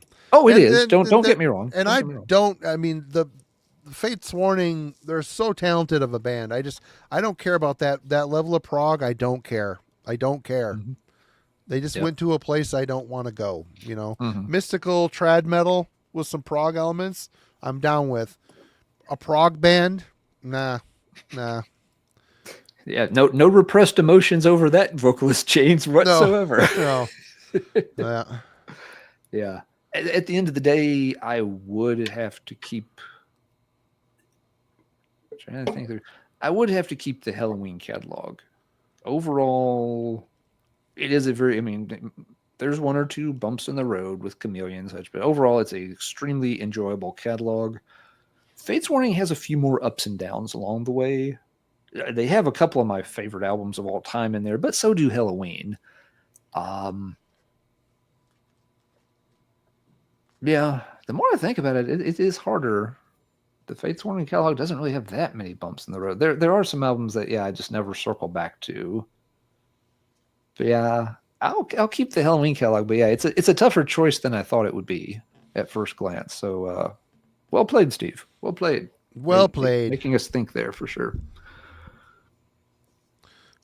All right. Well, I've got a pick for Mr. Theologian here. Actually, I have several, but we're just gonna. Okay, we got Manila Road, Courts of Chaos, teamed with Saint Anger All right. over another album I know you like, Yeah. Manila Road's Invasion, teamed with Man of War's Triumph of Steel. I know it's a weird pairing. I was struggling at one point. I knew he liked. These are not easy to come up with. For No, they're folks not who are easy to just come up with. listening. Okay, These can be tricky to find the right balance. I know he likes both of these Manila Road records, so that's why I picked them. I tried to pick the one I felt he would like the most. I put with a shitty record, and the one he liked, maybe he liked, but least, but with a middle of the road a Man of War album. So I actually love Invasion. Like, of those two records, I like Invasion more. really, see Yeah, that I was guessing here. I did not know, but I think I like Courts of Chaos more than a lot of people. And it grew on me. It grew on me. Yeah. It's funny you pair it with the Saint Anger too, because the drum sound on both is a kind of Well, you got the common drum machine. theme. When your drummer says, "Hey guys, I'm going to program drums for this record." Oh my God, what a dumb idea. But anyway, Totally. it works. It's fine. It's a good album. Look, he's probably in the chat. He's going, man, I thought it would be cool. Oh, it was the coolest technology, man. But no, I like Invasion more, and honestly, I have a lot more patience for cheesy Manowar than I do cheesy Metallica. This isn't even hit cheesy. This is just bad. It's just bad. Bad. Why do I have it? Because I found it for $2 in a used bin. Anything Man of War wins. Right on. Hey Ian, what's up, man? How you doing? Good to see you, Ian. Yep. Yeah, Courts of I'd Chaos take is the, very solid. I agree. I'd keep the Invasion pair. I like Invasion also. Courts, it's the Courts might have a chance to grow on me. That synthesizer sound is rough on that album. I have a hard time getting past it. And I have no use for Saint Anger really. And I don't mind that Man of War album. It has its problems, but it does have some really good songs on it too. So it's a pretty easy choice on that one for me. But North, yep, thank you very much. Very, very You know what's cool of actually you. probably my biggest problem with Saint Anger? Like, every time I sort of get like I'm feeling a little bit soft one day, I go, maybe I should like be a little bit easier on that later Metallica shit. Then I remember how like James sings on that shit with the whole like yeah thing, like the whole like fucking like and like yeah, he sounded like a little kid on those early records, but I just liked what he was doing better. Like the way he's grown as a singer. Like it's a shitty thing to say, right? Like you should get better with time if you're like really. But I just don't like how he's grown as a singer. Mm-hmm. Yeah, no, he made a choice on that one. Let's see. North's got a I think good he made one. a choice, but I think he also learned how to sing a little bit, like for real, because he was just fucking screaming on those first early ones, right? Well, that's why he had to Oh, change yeah. because he listened to some of that live stuff during their like the Masters tour where they were touring every day. They were playing shows all the time. His voice at times was fried and understandable. He had to learn. I think he had to learn to sing or use it or lose it. Use it right or lose it. Right. Type of situation. Yeah, Rockies, thank you so much. And this is a good one. Exodus is Bonded by Blood versus Death Angels, the Ultraviolence. Well, that's another easy one for me too, man. Yeah, it's an easy one. Go ahead, guys. I'll think about it. I think I know what I want, but I'll think it over. Well, Exodus. I mean, it should have been the first Thrash record, but I think it got delayed and it came out later than something else. But overall, go ahead. I'm kind of lukewarm on Exodus overall. Like, I have like the second record, and it's good, But I like for the first three records. Those are okay. 2 and 3 are okay. Yeah, that first one though, man, is just so fucking perfect. Yeah. I mean, that's like one of the best records of the whole. Great riffs. Yeah. A guy that, Bailoff, not the world's best singer, but he had a lot of passion for what he was doing, and it comes through. Oh, he was good. He knew how to use what he had, man. Yeah. He used it. Yep, for sure. What do you think, Alan? Yeah, I would also keep Bonded with Blood. I think it's a good pair of albums to pit against each other. Ultraviolence is fine. I never circle back around to it anymore for some reason. I used to play it a lot, and I just don't anymore. But Bonded by Blood still gets a spin from time to time. So, yeah, I think it's just the better. And they're actually both bands that I'm kind of lukewarm on overall. There's albums I like by Exodus, and there are albums I don't care about. The Death Angel catalog's kind of the same way for me. I think those bands are kind of comparable on that, second tier of Bay Area thrash in a lot of ways. But I'll keep Bonded. Yeah, I don't think Death Angel ever did anything as good as Bonded by Blood. And I'm trying to think in parallel. I mean, I like the first 2 Death Angel records. That third one, I really thought was a piece of crap. I like parts of it. I like parts of it. I never could. I rebought Act 3 a few years ago trying to give it another chance, and it still just doesn't quite get there. I understand it better having played it more, but it's still just, it doesn't sit right at the end of the day. I got one of their more recent ones recently too, and it was kind of the same thing. So I see what they're trying to do here, but I just don't think I really enjoy it that much. So it ends up being very, very mid. Dude, I'm totally with you. The last time I was like, I'm going to really give Act 3 a fair chance. I've been listening to a lot of Wrathchild America. And I was like, okay, this is this is kind of what they're going for at Act 3. So I'm like, well, fuck, man. If I can handle, what's that one called? 2D or 3D? This the second 3D, album. Yeah. If I can stomach that, I'd be able to stomach Act 3. But I listened to the Death Angel and still it just kind of sucks. All right. It's funny. A lot of people are siding with Ultraviolence. Interesting. I find it's a very popular album. It's a good record. Yeah. It's and some people are not that big on Bailoff as a vocalist. So I definitely see why there's a split on this one. Yeah. I mean, we all picked the same one, but I see the case for Ultraviolence. I got no problem with that. I think it was a really good pair. Okay. Ryan Pest has got a black metal. We haven't done any black metal yet. Okay. Oh, that's good. Good point. Cheers, Ryan Pest. In the Emperors in the Night Side Eclipse and De Mysterious Dom Satanas versus A Blaze in the Northern Sky in Pure Holocaust. Oh, okay. I had something very similar to this, but yeah, this is, I think, actually better than mine. That's a good pairing. Yeah, let's digest this for a second. So the first Emperor. While you're thinking about it, I'm going to go pee. I'll be right back. Blaze, the sort of the first Dark Throne black metal album, and the second. Yeah, it's kind of funny. We got the first albums by Emperor and Mayhem versus technically second albums by Immortal and Dark Throne. What's your take on this, Aaron? Of those 4, A Blaze in the Northern Sky is definitely my favorite. Okay. There's something about Immortal that just bugs me, man. I can't even tell you what it is, but I've never been able to buy what they're selling, man. I don't know if it's their corny ass covers where they're sitting there in the fucking white background with their corpse paint on or what, or I don't know, just something about Immortal. I've never been able to connect with that band, and I'm no big fan of Emperor. But I think as my second record, I would get a lot more mileage out of In the Nightside Eclipse than I would out of Pure Holocaust. And I would probably get enough mileage out of De Mysterious Dom Satanas versus A Blaze in the Northern Sky that would probably take door number 1. Okay. So even though... I kind of had to think that through because I really like that Dark Throne record. Yeah, so Dark Throne would be your favorite album, but the other pair makes, kind of that way. I think it's a better pairing. Yep. No, I see, and that's why some of the pairings can be interesting this way. Let me see. So, so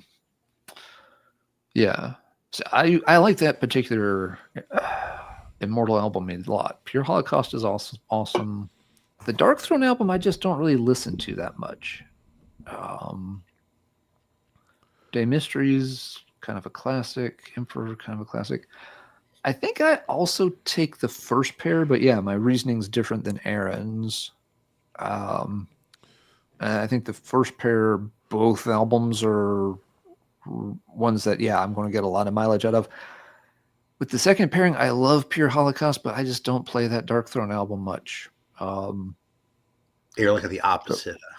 Yeah, a little bit. Yeah, we're kind of the other way around. But it's kind of like one of the ones you mentioned earlier where you felt like, there were on one side, you've got like, two 9.5 albums.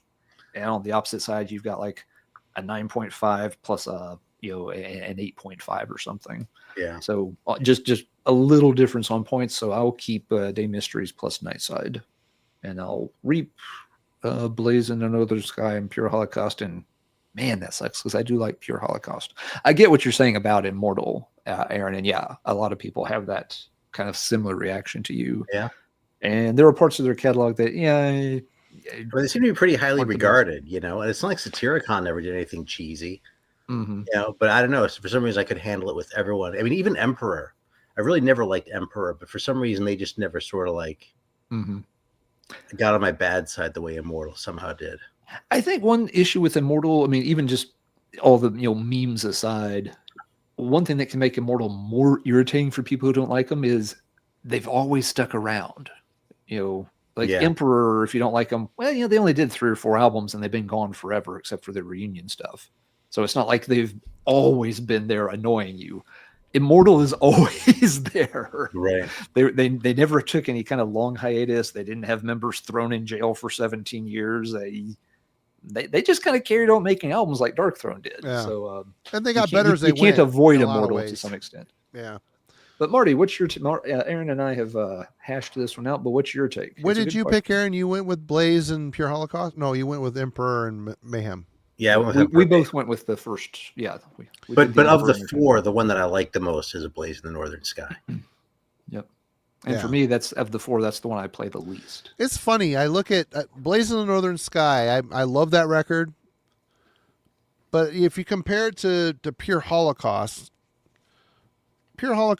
out of that pick is the better album, I think, because they have kind of their own sound at that point. Whereas Dark Throne is starting on a new path. They went from a death metal, kind of a pseudo-techie death metal band into this, Celtic Frost, Bathory conglomeration, which is great. But I think Immortal's a little bit more unique in that pairing. But I'm going with Emperor or Mayhem. I'm picking it mainly for Emperor. That is the best Emperor album.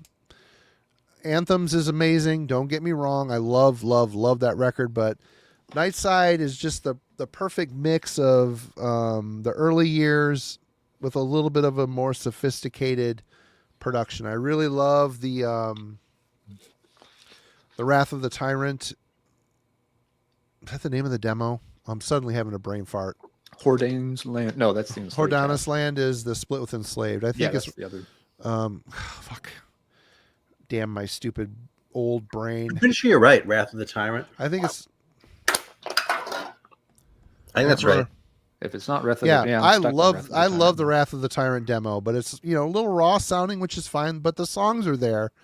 Nightside is those songs and a few extras just produced better with that Pitton production, Greek Holland. I love that record. It's just a perfect mix of symphonic and cult. They got it right on there. They started to get more complex and more layered and more symphonic as they went, which with Anthems is amazing, perfect. After that, they started to lose me. 9 Equilibrium started to go down the toilet for me. They started to get too Eson, proggy, less Samoth, more Eson, and I'm just not, I don't know, I prefer. Anyway, and of course, The Mysterious is a great album. It's funny because it's the band that influenced so many people, but a lot of these other bands are better than them. You know what I mean? I really enjoyed Mayhem. I love that record. Great drummer. Attila on vocals is the right choice. I prefer Attila over Dead.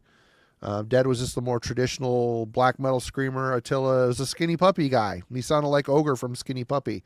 And I love that mix between the two. But I don't know. I think a lot of the bands that were influenced by Mayhem, they got better quicker and they went farther. Well, it's funny. I shouldn't say that because Mayhem's still doing it. What about Absurd? God, what a shitty band. Shitty band. My God. Anyway, Yeah, I mean, I love De Mysterious. Great record. Probably my favorite from them. Is it? Yeah, probably is. So yeah, first pick for me. I did a lot of rambling on that one. Sorry. If you swapped Anthems for Nightside on that one, I'd probably pick door number 2. Would you? Yeah. So you didn't like it when they started getting more and more and more layered. No, I mean, I never really liked any Emperor particularly. Nightside Eclipse is probably my favorite one by them, though. Like that's the one that I'd probably reach for. If I had De Mysterious in that one, I'd reach for that one from time to time. Yeah. But Anthems, I wouldn't. All right. Alan, do you have another pick for us? Sure. I will give you a pick, and then I'll have to go grab something else to drink. I think it'd be more likely to be a Pure Holocaust another chance than Anthems, is what I'm saying. Give Pure Holocaust a chance. It's just it's a good album. It is. It's really good. Okay, let's go a little classic here. Okay. So this will be 2 albums versus 2 albums. Pretty straightforward. So option number 1 is Dio Holy Diver plus Black Sabbath Heaven and Hell. Your second option is Dio's Last in Line plus Black Sabbath Mob Rules. So we're mixing and matching some the early Dio and the Black Sabbath Dios. I'm going with the Mob Rules pick because that is a superior of all 4 of those picks. I mean, obviously the common denominator is Dio, and so they're all good because by default Dio is great. But Mob Rules is my favorite of all those, with Holy Diver being a close second, actually. I made sure to put those on opposite teams because, Yeah. it would have been way too easy, I think, for a lot of folks if I put them on the same team.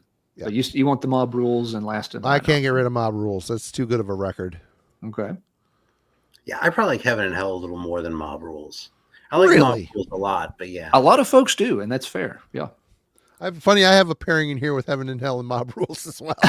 But we'll get there. Well, and I like Holy Diver more than Last in Line too, so it becomes kind of easy. Holy Diver is a great record. Oh yeah, it really is. Mm-hmm. Yep. Okay, so Aaron's going with that option. Yeah. I really hate to lose Holy Diver, but yeah, Mob Rules is good enough that I would give up the other 2. And Last in Line is not a slouch record. It's a good record. Oh no, it's a really good follow-up. It's a really good record. Yeah. Holy Diver. Yeah. It sometimes gets a little overshadowed by its predecessor, but no, it's absolutely fine. So yeah, like I said, I figured that's a good example where if you balance them wrong, it's really easy. You don't put Holy Diver and Mob Rules on the same team. But yeah, folks are very split on the Heaven and Hell Mob Rules question. I think it's one of the really cool choices that people will sometimes come up with on things. You put those chums against, and you will almost always get a really even split between folks. Because they're both great records. Heaven and Hell and Mob Rules, and they're kind of different records. I mean, if nothing else, they sound very different in terms of the production. Yep. So that there's definite reasons to like one over the other. But yeah, anyway, that was that one. So Marty, I want to go grab some refreshment. If you want to find one for you and Aaron to mull over, I'll be back in a minute. Yep, you'll still be here. You'll be here. We'll still be talking about this one, I'm sure.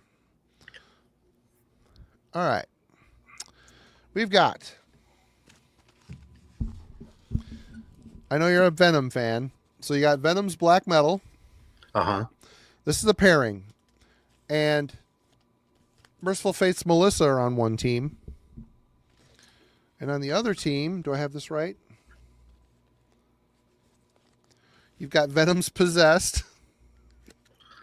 with Don't Break the Oath. Yeah, door number 1.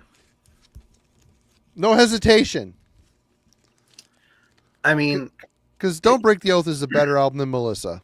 It just is. Obviously, Possessed is when Venom was struggling. There's some good stuff on it.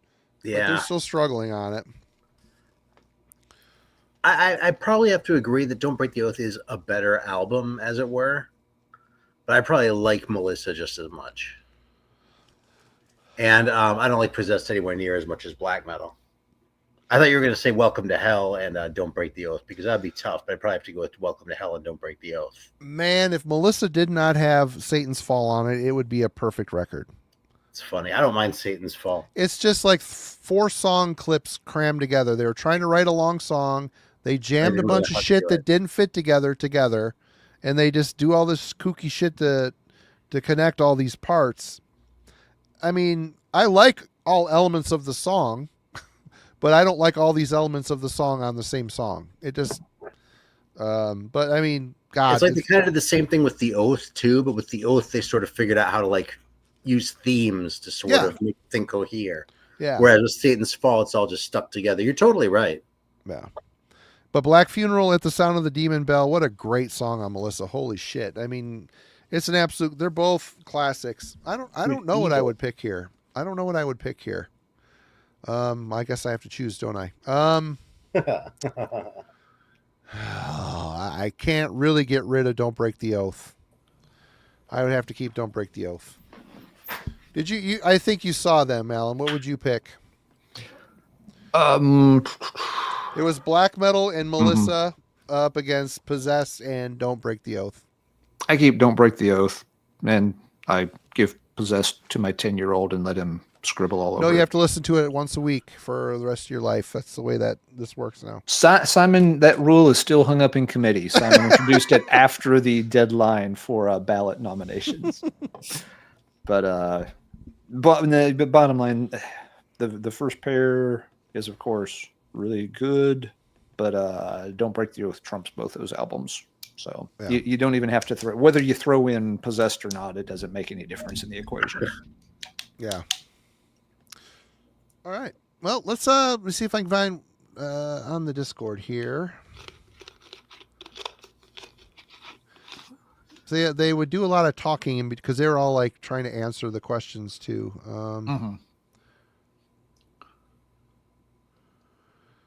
Sorry, a lot of stuff to go through here. They were a very chatty bunch. Go ahead if someone has something to pick or see something in the chat. Oh, here we go. Wait a minute. Good. Yeah, I'm checking the chat for anything lately now that I'm back.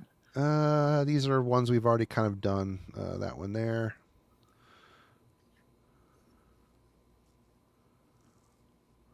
Okay, here's one. My Dying Bride versus Paradise Lost. Who would you keep? Thank you, Velmix for that one. So catalog. Yep, a catalog one.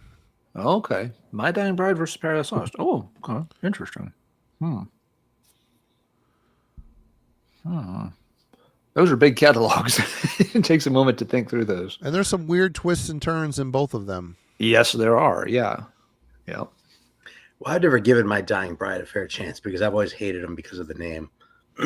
Honestly, I just kind of have a problem with bands called shit like My Dying Bride. So Paradise Lost kind of wins like by default, but I'm not the biggest Paradise Lost fan either. I have their first album, actually. I do like that one just fine.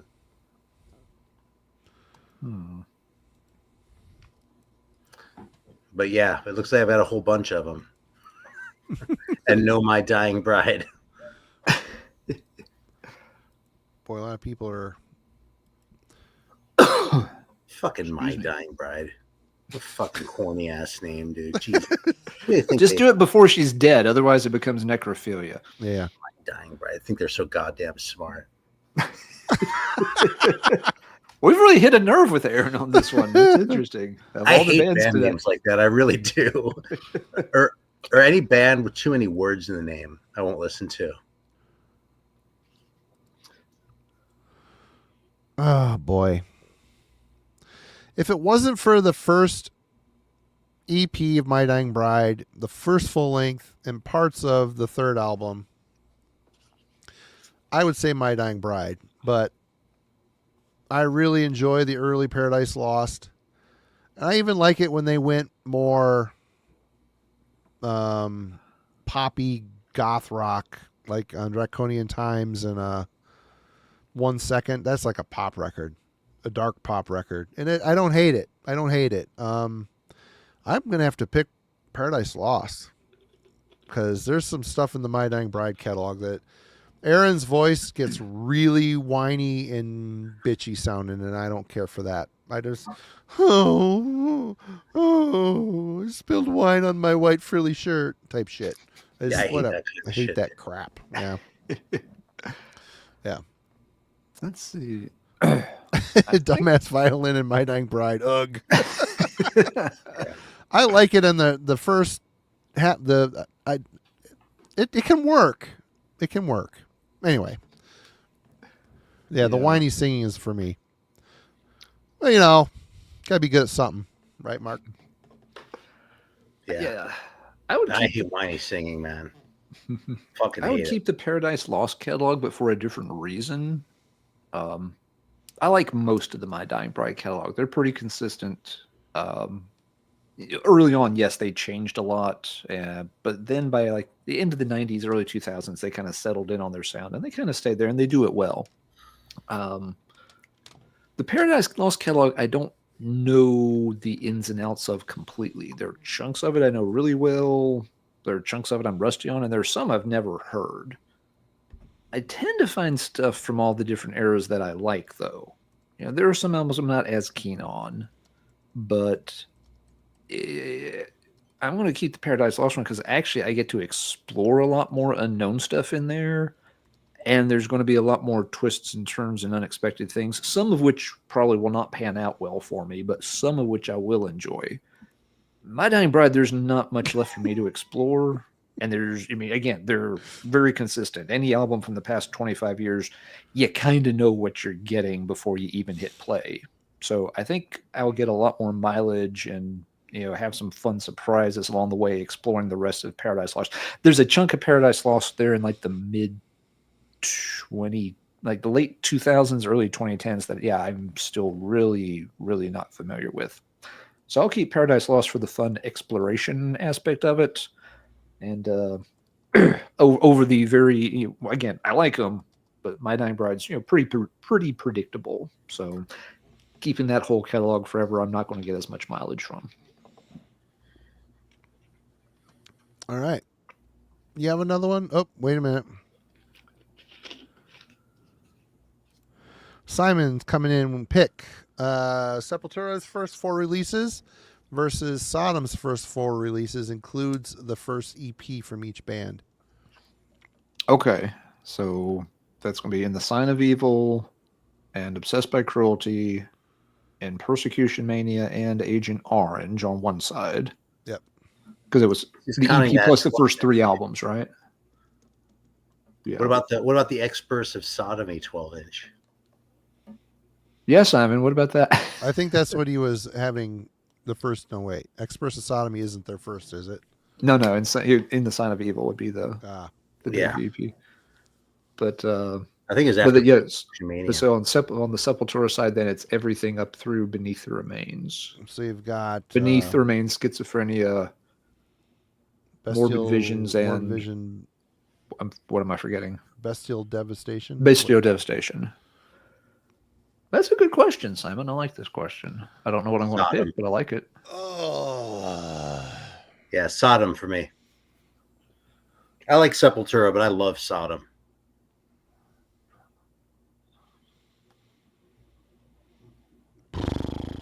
Man, I listened to the shit out of Beneath the Remains and Schizophrenia. But I prefer the Sodom early albums to the Sepultura early albums. Yeah, I'm going to go with Sepultura. Okay. Just for Beneath the Remains. It's such a simple album, but it hits so hard. I love it. Schizophrenia too. But I'm shitting on Sodom tonight. I love Persecution Mania. I love that record. Love that record. And you haven't picked it once yet. Haven't picked it once. What the fuck? Yeah, thinking through it here, I like all the early Sepultura stuff pretty good. It's just kind of war metal-y, and I just don't. Yeah. It's stuff. It's grown on me more in recent years. So I mean, I feel like it's kind of on the upswing. Those first 4 Sodoms, I never really go back to Sign of Evil. I really like Obsessed by Cruelty. I understand why some folks don't, but I like the album. It's a good album. I don't mind. Persecution Mania is a mess, but- banger. Agent Orange, it's funny. If this were just like the first 3 releases, it'd be an easier pick, and I definitely would pick Sodom. Because Agent Orange is... Orange. What's that? I love Agent Orange. I don't hate Agent Orange. I just feel like... It's starting to be... They were influenced a lot by Tank or something on that release. It's such a... Persecution Mania is such a dark and evil record, and, there's more clean singing on, honor the fallen heroes, type of stuff on there, which I dig it, but it's just like, Yeah. it started to just a little cracks in the armor a little bit for me, For me, it feels like there's more of a Bay Area thrash influence That could starting be. around Agent Yeah, Orange, which isn't bad, and they do it well. But it's compared, like you just said, Marty, compared to the Great more title unique track, vibe of Persecution Mania. It's kind of like, but there's already a bunch of Bay Area thrash bands. I don't need to hear Sodom do Bay Area thrash. Yeah. So yeah, in a way, Agent Orange is almost holding my Sodom choice back a tad. I would still take Sodom for Obsessed by Cruelty and Persecution Mania. I'll still take those two, but I do like those early Sepultures, and they've actually been kind of climbing in esteem with me over the years. I digging through the racks recently. I've ended up with 2 copies of Beneath the Remains, and I can't for the life of me remember where I got the second copy or why I've got a second copy of it. Nice. I guess it's just that good. It's worth having 2 copies of it for sure. Oh, it wasn't a bad thing. It was just like, wait, it's just going through the CD rack, and it's just like, wait, did I read that right? Huh? Yeah, I did. They're different pressings. But they're not really there's not much different about them. I don't know. Weird. Mine has a bunch of bonus tracks on it, which kind of pisses me off. You're a fan of those, yeah. It makes the album too long. Thank you, Simon. Good. Good option there, Simon. Good option. All right. Alan, do you have another one? I do. I think it's time to be mean to Marty. Great. Let's see. So we did our, we've referenced it a few times, and other people have too, but we did our, top 5 favorite albums video with Craig recently. So open to everyone, especially Marty. Let's see, where did it go? So on one hand, you can have Don't Break the Oath and Carcass's Necroticism, which were your, I believe, second and 5th favorite albums of all time. Or you can have Awaken the Guardian and Walls of Jericho, which were your number 3 and number 4 picks among your favorite albums of all time. So Awaken the Guardian, Walls of Jericho, and versus Oath and Necroticism. These are paired strictly on how Marty ranked them in his top 5, which of course is not carved in stone. But I don't even remember what my number 1 was. Your number 1 was Violent Voivod Dimension Hatros, which I intentionally left out of the mix since you had it ranked number 1. So this is basically your 2 and 5 versus your 3 and 4. I'm taking the Oath and Carcass. The Oath and Carcass side? Yeah. Giving up Guardian and giving up... Once again, you shit on the Halloween album, sir. Yeah, I think I'd take the Halloween. Marty and Aaron, you're going for the Halloween side of the equation. Okay. And Awaken the Guardian. Well, I don't know, man. I mean, it's hard for me to pass up Don't Break the Oath. See, here's the thing. On the one hand, we have Don't Break the Oath, which I really love. And that Carcass album, which I kind of don't care a whole lot about. Mm-hmm. Yeah, it's not bad, but I mean, actually, honestly, my favorite one is probably what's that one with like the peace sign on it, like the skeleton hands, that weird art thing. Heartwork.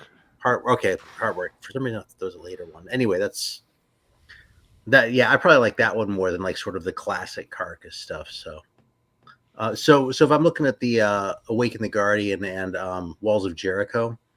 It's one that I really like and one that I do like, but could probably stand to listen to a few more times to really take it in. So it feels a little bit more like an interesting horizon than the other one, which is just like going with the safe, Don't Break the Oath. Mm-hmm. What do you pick, Alan?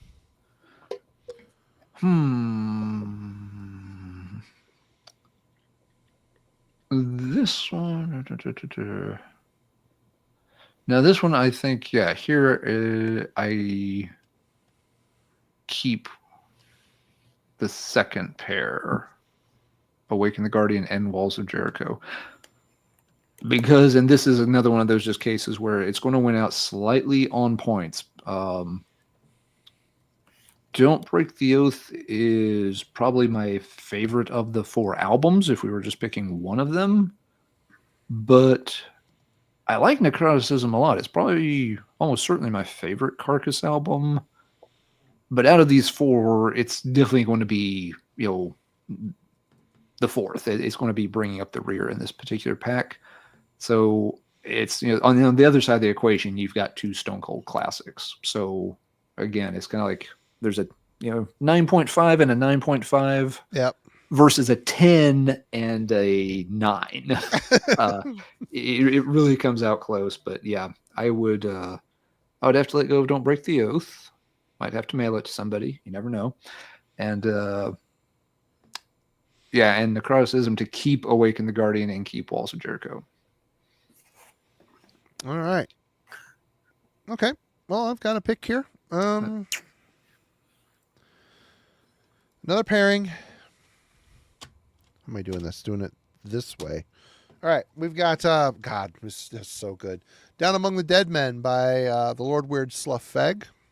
Mm-hmm. Paired with Black Sabbath's Mob Rules. Okay, there it is. Versus the Lord Weird Slough Feg's Traveler, which is another perfect riff album. Paired with Heaven and Hell. Okay, so a Slothfeg and Dio Sabbath kind of pairing. Yep. You don't hear Aaron rattling off his answer real fast this time. He had to sit back and ponder for a moment, stroke his chin. Yep. I mean, I'll save. I'll give Aaron a moment here. I'm still going to take Mob Rules over anything else in that pair. I would, these are arranged correctly to make me squirm a bit because I definitely would take Traveler over Down Among the Dead Men. They're both great albums, though. They really are. Nothing against Down Among the Dead Men, but Traveler is easily my favorite Slothfeg album. Great album. But it's not good enough to make me reap Mob Rules. Dude, there's nobody holding an egg. I love it. On a black egg and a piece of candelabra there. Yeah, something you got at Goodwill. Both of these Slough Feg albums are so damn good. Yeah, I mean that's the thing about this one is I could really pick either one. Yep. But I'd probably go with Down Among the Dead Men and Mob Rules. Oh, okay. Okay, and Alan, you chose Traveler? No, I'm keeping the Mob Rules pair. You're keeping the Mob Rules pair. Yeah, before Mob Rules is strong enough to carry that team over the other team. Yeah. Yeah, I'm gonna go Down Among the Dead Men and Mob Rules because Mob Rules is perfect. And if I never heard Traveler again, this album is still good enough to toe the line. Yeah. But if you have never heard this record, holy crap-a-moly. This thing is, wow, what a riff album. So unique. This band is so unique. Still to this day, they have their own sound. They put out great records. They've gotten a little weird over the years, obviously, hence the name, but they're still putting out good stuff. Yeah, those 3 though, right there, Down Among the Dead Men, Traveler, and then Atavism. Atavism's great. What a great record. That's like the streak. Like that's like the holy trinity of Slothfeg. And I like, Twilight of the Idols and that's a good one too. Organon and shit. It's like there's other good Slothfeg. Fucking Hard Worlder is really good. Ape Uprising. But those 3 are like golden. Yeah. Perfect. Jason, check it out. Put it up on your Spotify. The Lord Weird Slough Feg, the Traveler album. Wow. Yep. So quirky and weird, but the riffs are just absolutely infectious. Every single one. Marty, we can do one better than that. Can you make the email address scroll for a minute? I can. Hold on. Uno momento, por favor. Jason, grab a screenshot here in a second. So, Jason, send Marty an email to Heavy Metallurgy there. I have an extra copy of Traveler sitting here. I will send it to you free of charge. On record? CD. Say if it's record, fuck you, I want it. Fuck you, No, Jason, I want the record. No, I've had the album I've had a CD of it forever. And sometime last year, I was digging through a used bookstore, full of just absolute garbage CDs, and they had a copy of Traveler for like $3. Wow. I'm just like, why is this here? And it's coming home with me, even though I don't need it, because I'll find a good home for it. Oh, yeah. So, Jason, if you want it, just email Marty your address, and we'll hook you up with a copy of Lord Weird Slothfig's Traveler on CD. Be happy to send it to you, no cost. Email me, Jason, because you will want it. It's a good record. Really, it's a great record. It's a great record. All right. Don't have email, unfortunately. Okay. Wah, wah. Sorry. That's a bummer.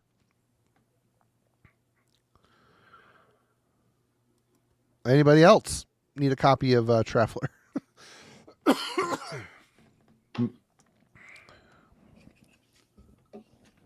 All right, I'm going to leave that up there. Anybody wants that Traveler, first come, first serve. First person who emails Marty saying they need a copy of Traveler. If you're in the United States, I will email it. I will mail you the CD copy at no cost to you. All right. Who's next? I should probably go to the Discord server. Whoever's next. Yep, let's find someone else on Discord. You said they have a bunch. Definitely got to mine into that a little bit more. Okay. Here's one. Death Metal Minded from our friend Logan over Beer Snob and the Album Club. He had a list, actually. Blood Incantation Starspawn versus Horrendous's Ecdysis. Oh, yeah. Their second album, Ecdysis. Yeah. Starspawn versus Ecdysis. Oh, that's a good question. Okay, yeah, and that's cool. Some more modern sort of death metal classics in the making here. Yeah, so just old school stuff. Nice call, Logan. What do we think, gentlemen? The only Blood Incantation I've had is the one that's the alien on the cover. The third. No, one. It's the one before that. It's got more like kind of a. Well, reddish... that's so much. I thought it was the one after. Okay, so yeah, I just know the one really, but I was kind of offended by it. So I'd probably go with the other one, just on principle. Okay. Let her know either one, so. 1 second, actually. I think I've listened to the Blood Incantations Starspawn more. I like the morbid angelisms of it. Mm-hmm. They're a good band, and I'm on here. I've been bitching about the band, the proggy shit. I bitch about it, but they're still a good band. Can't take it away from them. So you're keeping the Blood Incantation? Yeah, I'm keeping Starspawn. Okay. Yeah, I'll keep Starspawn also. I like Ecdysis, but it's usually not the Horrendous album. I go, a lot of times, I'll pick more, I might pick like the Chills instead of Ecdysis. Ecdysis has a couple of songs that blow me away. And then there's other parts, that are fine. I think Starspawn's probably better front to back than Ecdysis, but again, different. So, I'll keep Starspawn.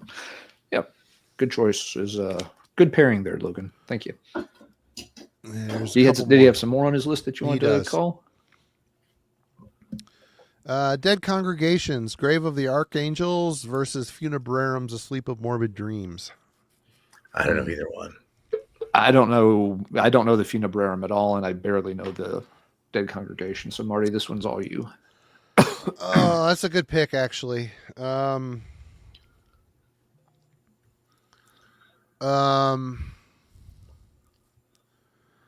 that's a tough one, actually. I think I would go with the Funebrarum, actually. I think that's just a good New York style death metal, not brutal, just a sick, twisted, evil shit. Good stuff there. Another one, Immolations Atonement versus Incantations Unholy Deification. Atonement for me. Atonement rules. That's a great record. Yeah, I'd have to agree. Unholy Deification is a very good record, but No, Atonement really stands out. Yep. And here's one. He says Marty doesn't have to answer this one. Panopticon's Kentucky versus Falls of Aros, the light that dwells in rotten wood. That's a tough one, actually. That's a pretty good pair to put together from the Bindrune roster. Yeah. Yeah. Yeah, that's my favorite Falls album. Mine too. I don't know if Kentucky's my favorite. Panopticon's got so many different eras and stuff. It's really hard to compare albums throughout there. I would pick Kentucky. Yeah, I think that's a really amazing album. Yeah. So the Falls of Aros one is a very good album, but Kentucky's an amazing album. So I'll pick that one. Yeah, I'll pick Panopticon. And lastly, Agalok, Ashes Against the Grain versus Wolves in the Throne Room, Two Hunters. Okay, that's the third Agalok album. Yep. Versus the second Wolves album.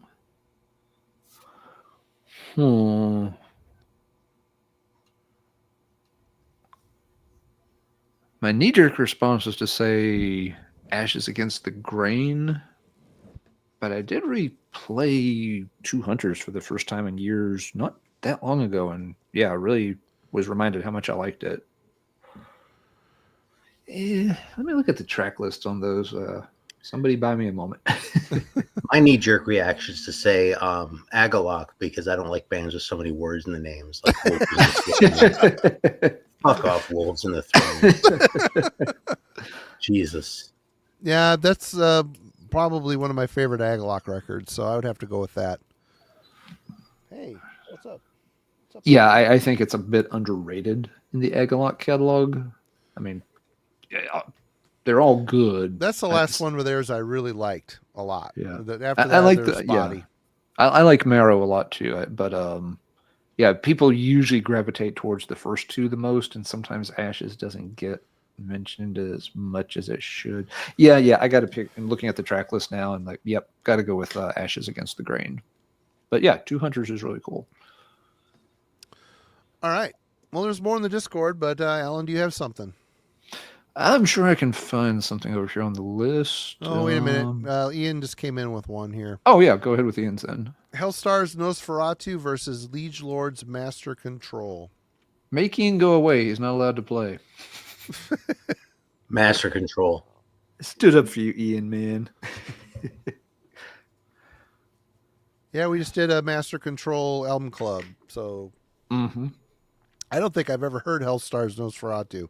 I don't think I have either, but I'm just not as into Hellstar as I am into Liege Lord. And Master Control might be the best Liege Lord. So yeah, it probably is. And they're all three of those first ones are really good. That third one's definitely the most fully realized, I think. Yeah, I would agree. It's an interesting pair for me because in both cases, they're albums that are really, really good. They're also albums where the A-side's almost untouchable, but they fade just slightly down the stretch on the B-side.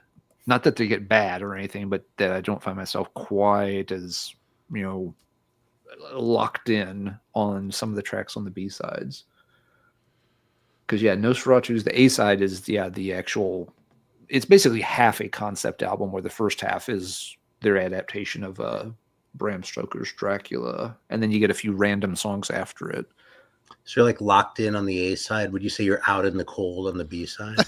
I would definitely say I'm out in the cold. Oh, the B side, absolutely, I would, sir. Yeah.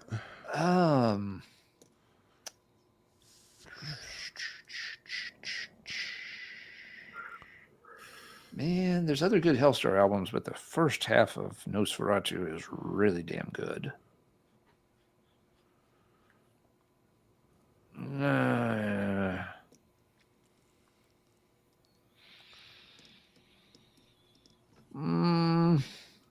I'm gonna...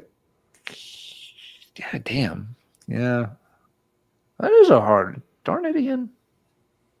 That is harder than... That looks like we have a taker for Alex. Alex Van Eggeren is getting the Slough Feg CD. Oh, okay. Yeah, if someone's emailed you, just forward that email to me, and Alex, I'll get that out to you in the mail sometime next week. I'm surprised it lasted. I'm sorry, what, Aaron? I'm surprised it lasted that long. A lot of folks probably already had it. But Yeah. Our audience, yeah. Mm-hmm. I'm going to go... I think I'll keep the Hellstar. I've always had that one in pretty high regard. If I went back and played both of them back to back, I might regret that. But I think I will keep Nosferatu.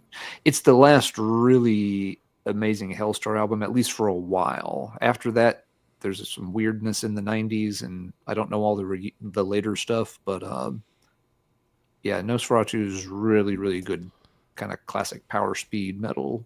Yeah, I'll keep Nosferatu, and that one hurts though, Ian. That one hurts. Well, we're getting some good ones here in the chat. Okay, we'll do this one first. Running Wild, Gates to Purgatory versus Omen Battle Cry. Gates to Purgatory. Okay, so the first Running Wild versus the first Omen. Good pair. I'll keep Battle Cry out of that pair. Gates to Purgatory is great, but there's a lot of other good Running Wild, and I like the second one that still is in that same vein. So, and Battle Cry is classic. I'll keep Battle Cry. How about you, Aaron? I think I'd have to stick with Running Wild, not only because, I mean, it's tough because they're both great records, right? But Gates to Purgatory, those first two Running Wilds are the ones that I really latched on to. And as far as like that sort of German like black metal sound from the era, like the sound that specifically on Gates to Purgatory, to a certain degree Branded in Exile too, but definitely Gates to Purgatory, that's really like sort of the embodiment of that sound when I think about what that was sounding like on the continent. You know what I mean? Mm-hmm. In '84, you know what I mean? When that was black metal. Yeah. Like that, and Infernal Devastation have it. They're like a couple German ones that really have it, but not very many. I don't know if Creator has one that kind of has that sort of black sound to it in the same way. Well, Pleasure to Kill is probably the closest you're going to get. Or maybe Endless Pain even, you know? Yeah, that'd be one of those two. Yeah. Like Destruction has Infernal Overkill. That's the evil black metal, early black metal one to me, you know? Yeah, I'm going to have to go with Omen on that one. I love that Running Wild record.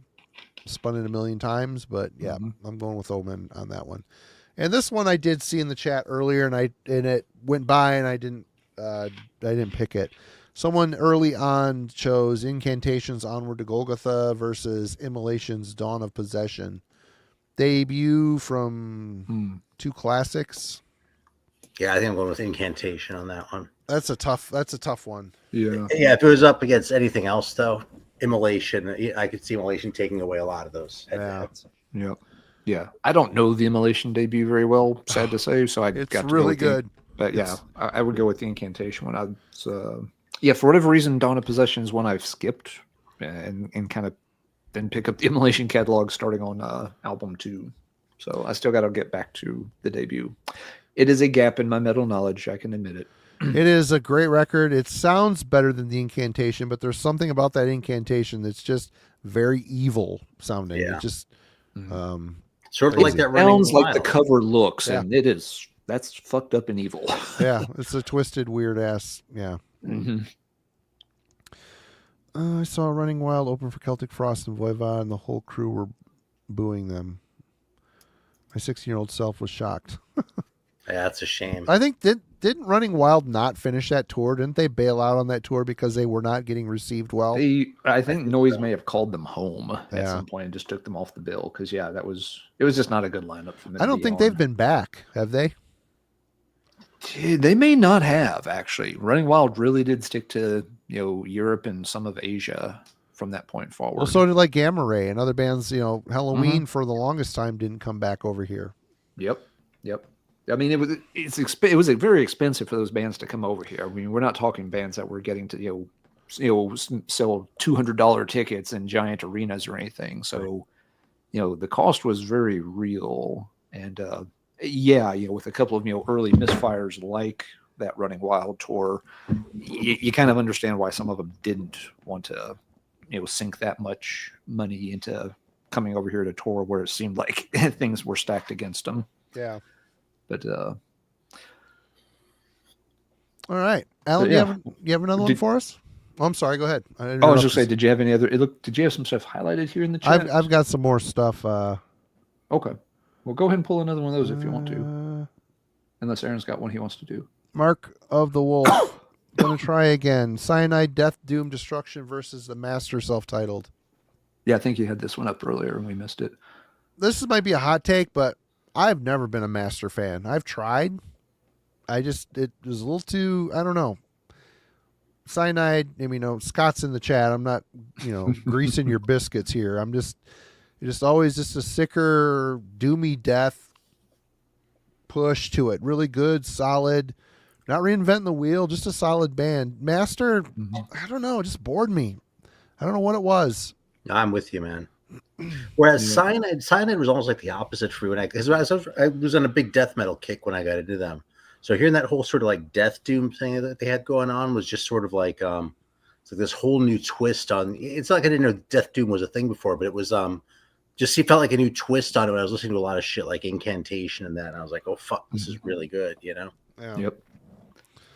Yeah, I don't know these two particular albums very well. It's been ages since I heard The Master. But if nothing else, on principle alone, yeah, I would take Cyanide over Master. Yeah. I've got no problem with that.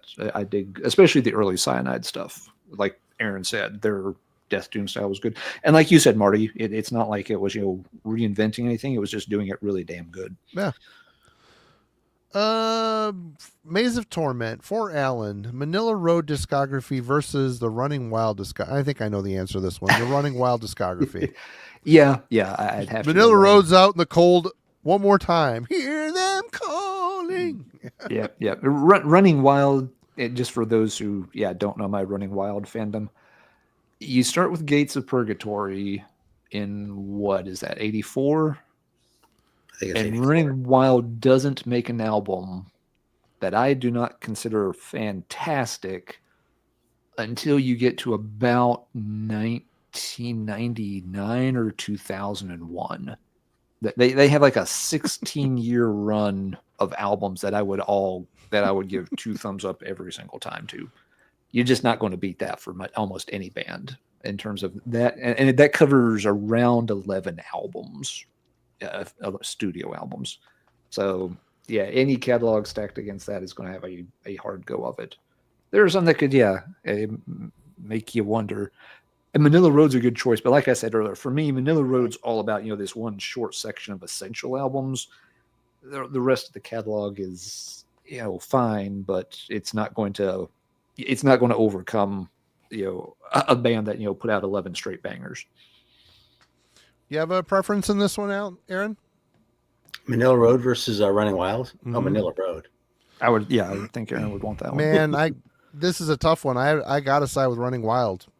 The riffs. And I thought you would have picked Manila Road. Honestly. God, I love Manila Road, and it's almost not a fair choice because they're so dissimilar, but true. There's just something more triumphant about Running Wild and the riffing, and it's just like you said, it's such a great run.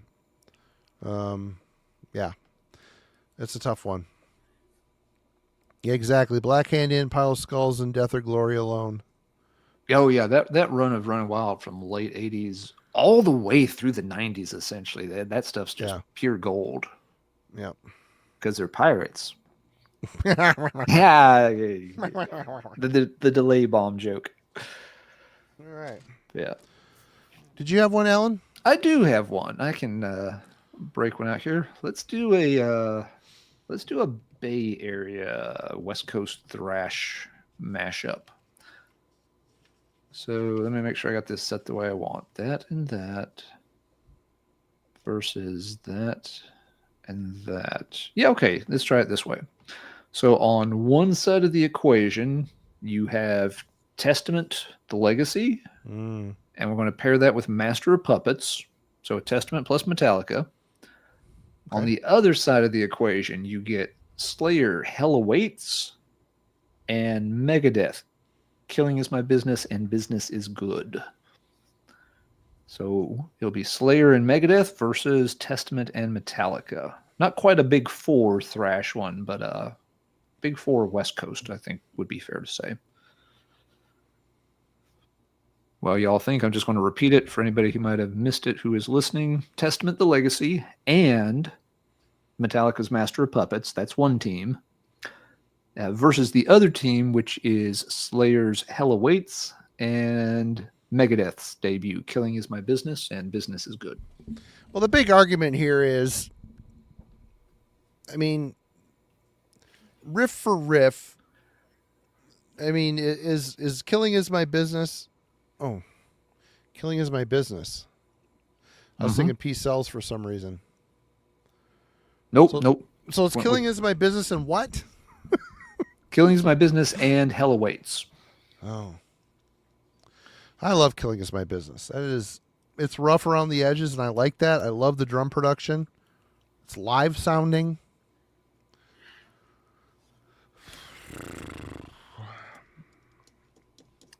Yeah, that Testament is kind of the trump card for me.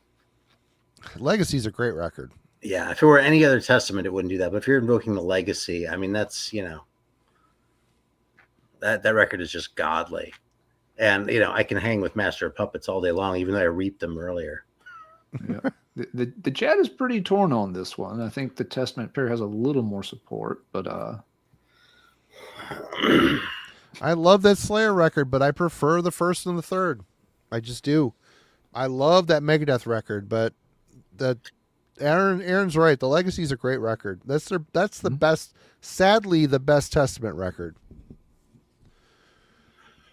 Yeah, and they're like one of the few bands that could match Slayer's savagery.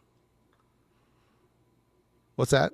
There weren't very many bands I think that could match Slayer's savagery. Yeah, but they do it on the Legacy. I would put fucking Chuck Billy off the Legacy up against Tom Araya. Oh, sure. Yeah. But after that album, they just kind of lost it. The songwriting went to hell. Yeah. So, yeah, it's a sad, like them and Exodus. Both of them, man, had a first album that I just think is absolute top tier, and then kind of lost me after that.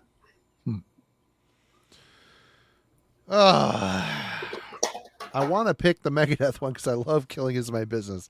But see, I love the idea of that Megadeth record. Like it's the double middle fingers up to Metallica, and I love it. Totally. But I just find that record kind of a slog to listen to.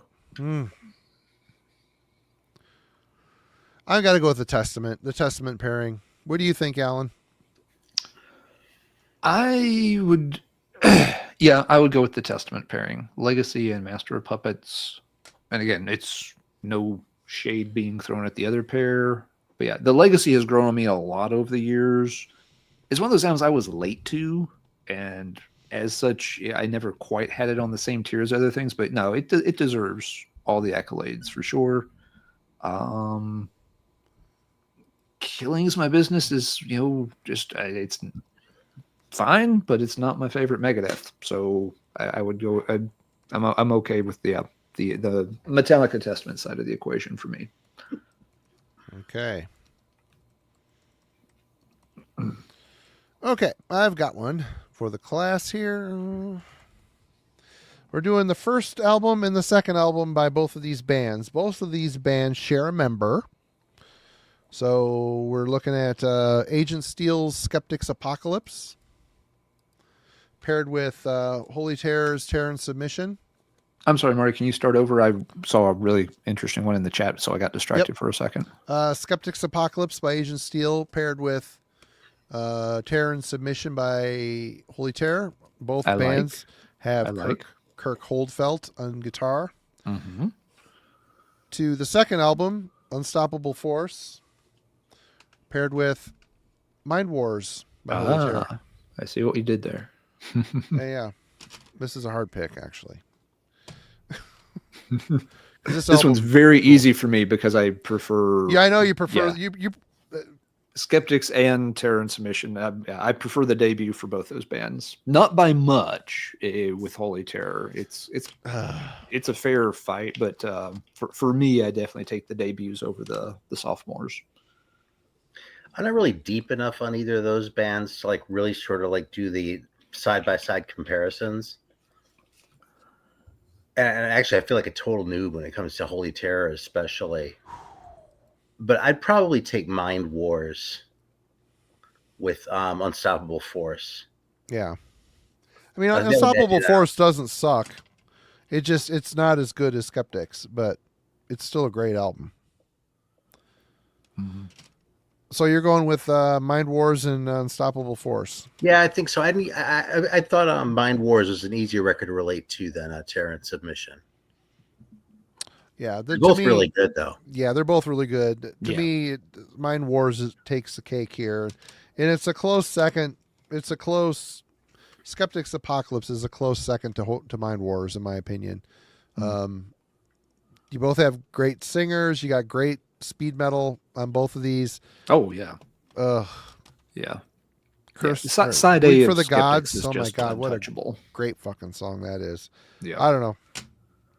I got to side with Holy Terror. Pick the second album bunch is going to have to live on that one. Fair enough. For sure.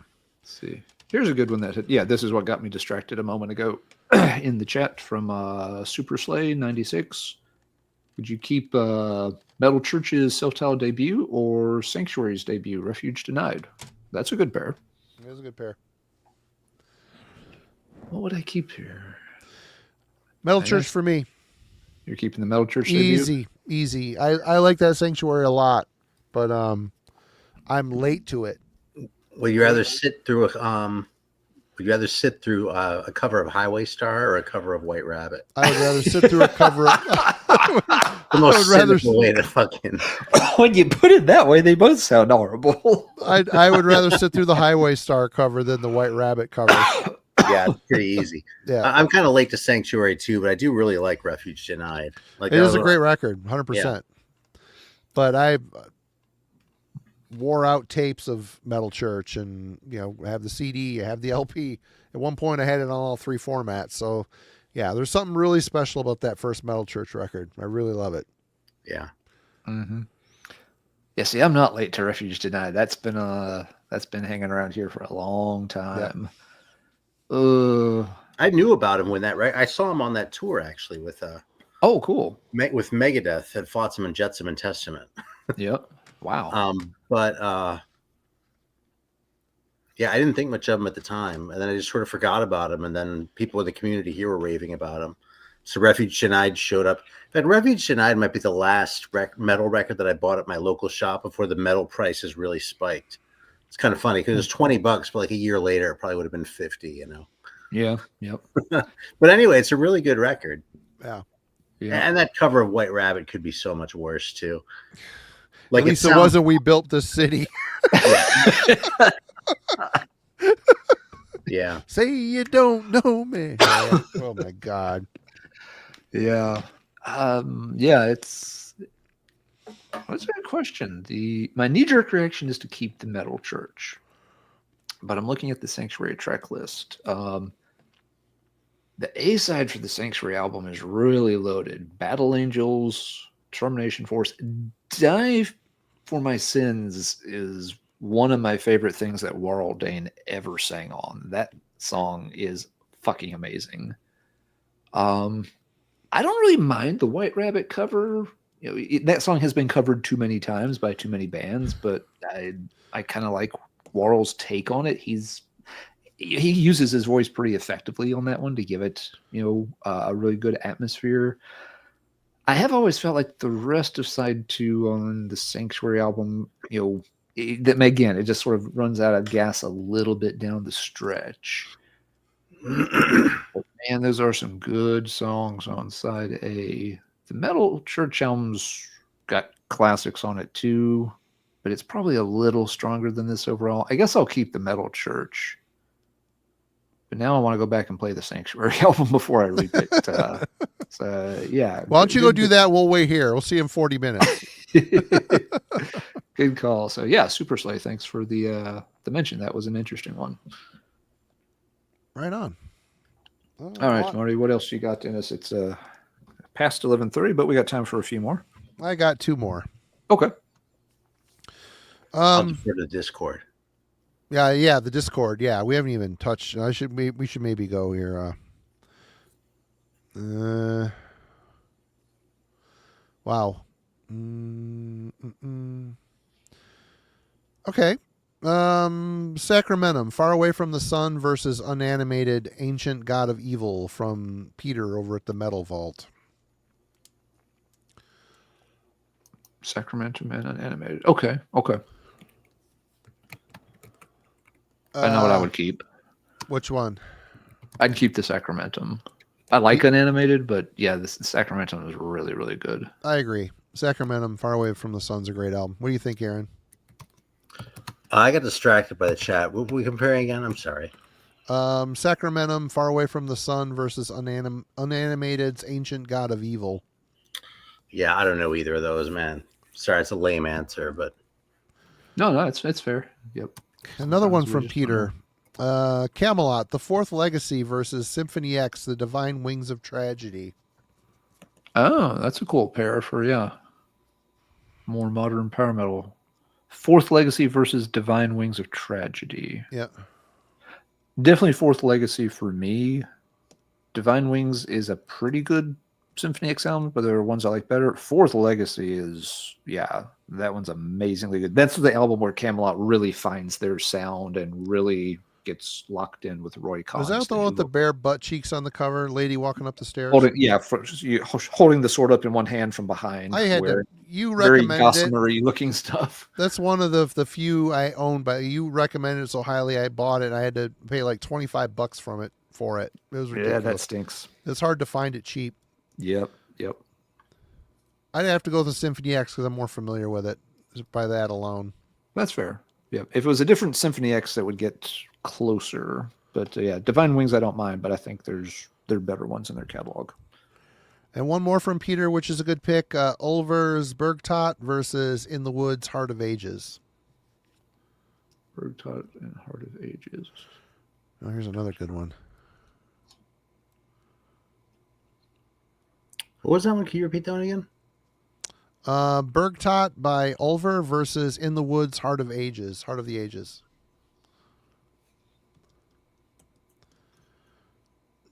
No contest. Bergtot for me.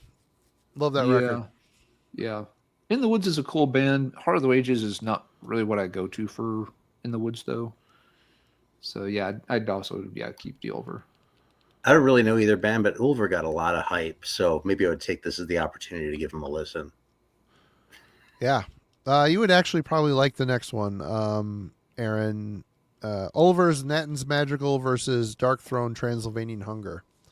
That's kind of a no contest for me. That Nathan's Madrigal, it sounds like absolute dog shit, but it is. The riffs are just crushing on it. Great guitar work. Super sick vocals. Maybe Garm's best harsh vocal performance. Great. What do you guys think? Alan? Yeah, I'd have to agree on that one. Dark Throne, man. In fact, the Ulver album was dedicated to Dark Throne. So it's kind of a good pick. All right, how about Dark Tranquility, the Gallery versus In Flames, the Jester Race.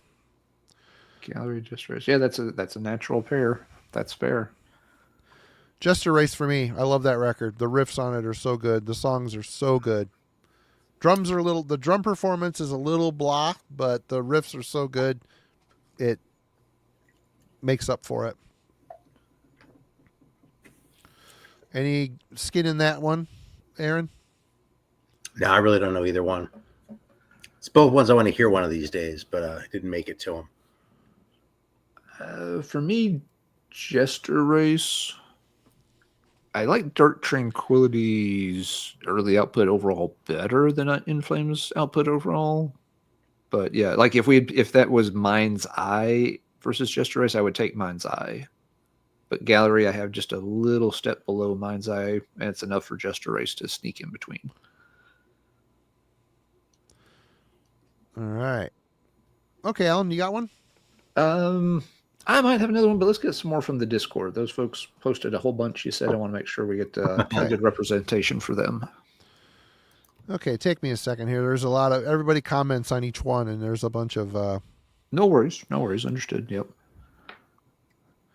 Well, I think I'm getting down to the bottom here. Yeah. Oh yeah, Simon. Gallery's got killer tracks on it. There's nothing wrong with the Gallery. Sorry, everybody. I'm scrolling through stuff here. If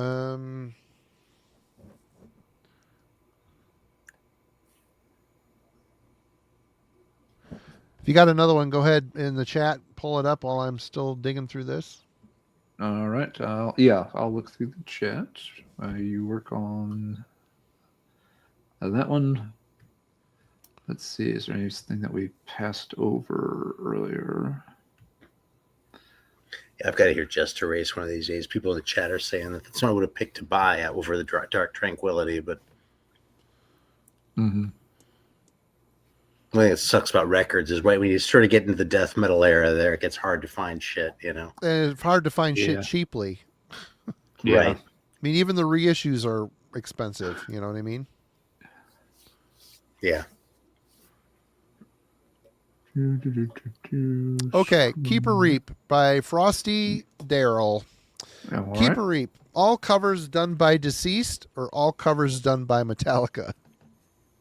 That's actually a fun question That's a because fun both of them are question. really good at cover songs. They are really good. Yeah,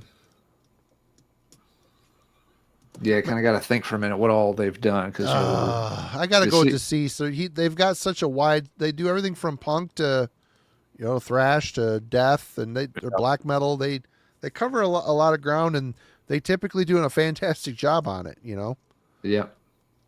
I'm trying If to I make turn this around, instead of looking at what they did and look at how it influenced me, though, then I have to give Metallica a lot of credit. Oh yeah, they're a great cover band. They really are. I mean, I've had my issues with them over the years, but they're. I mean, what's funny about this? I say musicians have the worst taste, and I kind of think it's true. But Metallica's like the one exception, and I don't know the Deceased catalog as well. But I have enough of a sense of King at this point that I'm pretty confident he'd pick good shit. Yeah. My knee jerk is take the Deceased. The only reason I'm hesitating, I'm trying to make sure I'm not mixing up like Deceased's covers with October 31st's covers. Because King picks a lot of good covers for October 31st, because October. Wait, both bands are so musically talented. I mean, both bands do a great job at covers. They just I'm trying. Which one did the Thrash Times at Ridgemont High album? Is that under Deceased. October 31st? That is under Deceased. Yeah. Okay, and October 31st did the Metal Massacre tribute cover album. Yep. Okay, I knew something there in my head was messed up. Yeah, I would have to go with the Deceased covers overall. Aaron makes a good point about, obviously Metallica's had huge impact. I've also probably heard the Metallica ones enough, though. They're not really things I seek out to hear again. Where I'll still put on, the Thrash Times album every now and then and stuff like that. I really have fun listening to the Deceased and October 31st cover stuff. Yeah. So with that Garage Days revisited record came out, I went and sought out every single one of those. I don't know if I would have been hip to buying a Holocaust record when I came across one if it hadn't been for that record. Mm-hmm. And that was sort of like, I was like 16 or something. That was like the door opening a crack as far as the shit that I've gotten into since, Mm-hmm. And that's just one song. I mean, Diamond Head, right? The thing that's really kind of goofy is that 598 EP, the Garage Days album, is probably the best thing that Jason Newsted was on. I mean, I like it. I like it better than Injustice for All. I just do. I love the production. It says, unproduced by Metallica. Well, shit. My ass. You didn't, produce the shit out of it. You didn't overproduce it. It sounds full. Everything can be heard. We're goofing around at the end. We're just emulating a live thing. Who cares? In the rehearsal room. I loved the sound of it. Their covers were great. I don't know. Yeah, I might have told you this before, but like when that came out, I was like, right, that was like my peak, like a Metallica fandom. Yep. But like I got into punk and sort of lost sight of metal for a couple of years. And the degree that I was into it, I was interested in like death metal and some of the early black metal and shit. And by the time that 3 record set came out, the Garage Incorporated one with all the new covers on it and shit, I hadn't paid any attention to Metallica in like 5-6 years. When I saw that record on the shelf, I was like, oh shit, let's see what Metallica's covering because there's probably some good shit on there.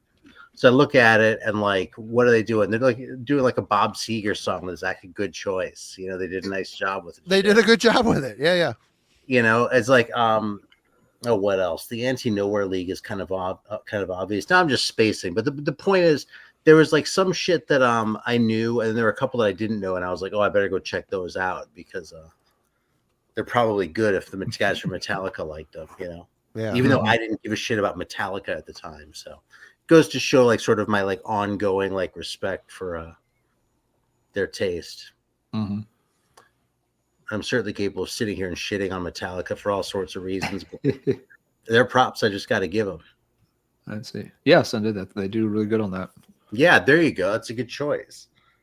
That's like buried in the album. It's like they wouldn't found the heavy one buried inside 2 of a Queen record. I'm like, yeah, that's awesome. And their cover of Whiskey in the Jar might be better than the Thin Lizzy song. It's different. It's complete. I was surprised hearing that the Whiskey in the Jar cover by Lizzy because it didn't sound like Metallica. You know, I heard the Metallica version first. I don't know. All right, Discord. Here we go. Here's a tough one. Eternus, Beyond the Wandering Moon versus Hades Again Shall Be. So, which is the better black metal album, right, Marty? Yeah, they're not. They're just too different from each other. And they're both great albums. Great debuts. Good pick, Tyler, if you're watching. What do I pick, though? What do you pick? Oh, my God. They're so good. Both albums are so good. Yeah. I would pick the Eternus, but I have a lot more history with the Eternus than I do the Hades. So I would hate to say goodbye to the Hades because that is an amazing record, but I would probably pick the Eternus as well.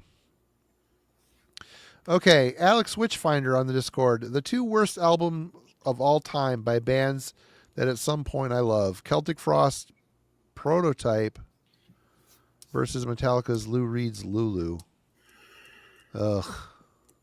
I have not heard is it the Prototype one that had the rap stuff that Celtic Frost was doing? Because I have I'm heard not clips. sure. What is Prototype? It was like a demo that they did.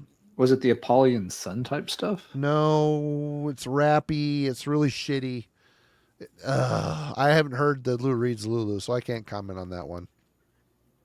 I'm just curious because Prototype doesn't ring a bell. Oh, here it is. Yeah, it was a demo. Yeah, it looks like. I don't think I've heard it. Yeah, it had like a tank or a really shitty drawn something on the cover of it.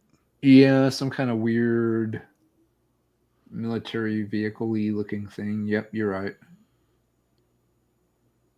Yep. Yeah, sorry. Yeah, I don't know that one at all, so can't say. Okay, Simon put one up on here. Okay, Bathory Viking albums versus Enslaved Proggy albums. I'm going with the Bathory albums. I'm going with the Yes. albums. Yeah, that does. Yeah, I think that seems pretty straightforward. All right, I think that's about all of them. There are some that I skipped that are very similar to ones we've already done, but thank you everybody in the Discord. We all rule. If you want to get on the Discord, click the link below, even though I need to update that link. Apparently, the link that's in there now is dead, but when we're done, I will update it. Yeah. What if we made it Bathory black metal albums versus Bathory Viking albums? Does it change the math any? Basically, early Bathory versus later Bathory?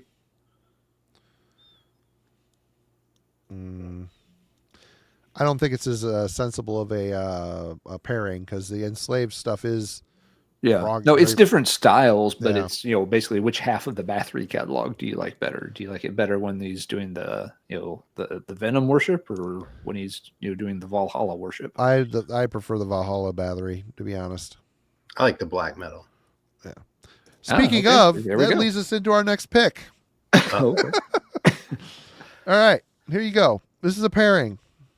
You've got arguably the best black metal Bathory album, Under the Sign of the Black Mark, paired with Goat Lord by Dark Throne. Okay. Versus Bathory's Octagon with A Blaze in the Northern Sky by Dark Throne.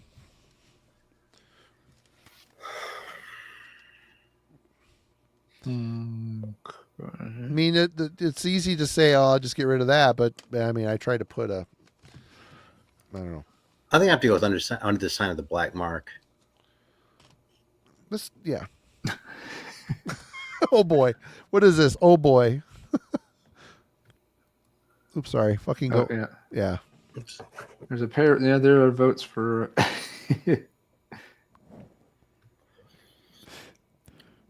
I know. See? It's not as easy as it looks. You wanted to say, oh, fuck this album, but then you got this attached to it. But and this album really isn't that bad. It isn't great, but, you know, this is great. This is like, ugh. I think I want to keep that one for the Bath. I don't really know that Dark Throne album, but I'll keep it for the Bathory album. The good Bathory album. I'll keep that pair. Aaron, what did you pick with? What did you say? Yeah, the one that you're holding right now, the Good Bathory album. Right on. Okay. Yeah, I would have to go with that one too, because Octagon is so unbelievably shitty. It's so bad. It's down there. It's really hard to get through. Yeah. It is. I mean, there are albums you just don't like. There are albums that are just not for you. Yep. And then there are albums where you, honest to God, have to wonder why it was ever recorded and released. Yep. And Octagon falls in that category. Yeah. There's just nothing about that album that makes much sense. Why do I own Octagon? Because I am collector scum, Frosty. I've got every single Bathory album. Love it or hate it. I got them all. 3 words, Frosty. Sick, monkey, and little. Yep. Not necessarily in that order. Yep. I've got a lot of records that I don't like because, although I used to own Celtic Frost's Cold Lake, but on tape, but I ended up giving it to somebody because I just couldn't stand having it in the collection. But, who decided that you have to like all your records? Right. And I don't know why, why do we feel like, oh, we're archiving them? For what? For who? My kid likes metal, but he likes power metal. If I died tomorrow, 3/4 of the black metal and death metal, well, most all of it would be in a dumpster somewhere, probably. Yep. All right. Alan, did you have another one? Let me take a look. It's about time to call it. But go check out the Heavy Metallurgy merch if you want to have your own collector scum T-shirt by Heavy Metallurgy. I'll hook you up. Go check out the link. Okay, last one from me. Because let's see, we haven't. Okay, I don't think we've used at least 3 of these albums tonight. So yeah, this will be another thrash metal for the most part. Pair number 1, Creators, Pleasure to Kill, teamed up with Metallica's Kill 'Em All. So Pleasure to Kill 'Em All is team 1. Okay. Team 2, Rain in Blood plus Infernal Overkill. So Slayer and Destruction on team 2. Pleasure to Kill plus Kill 'Em All, or Rain in Blood and Infernal Overkill. Slayer and Destruction. Slayer and Destruction for you, Aaron? Yeah. I'm not going to kick Pleasure to Kill to the curb. That album is just too big of my childhood. Yeah, I mean, so is Rain and Blood, so is Infernal Overkill. But yeah, I'm going to stick with the creator one. I mean, yeah, I'd say the Creator and Kill 'Em All, or Pleasure to Kill and Kill 'Em All, could probably beat like 9 out of 10 pairings that you put up against it. Yeah. But if you say Rain and Blood and Infernal Overkill, Yeah. It's that black metal thing again. There aren't very many records that sound like Infernal Overkill. There isn't. That's fair. That's fair. That's a great record too.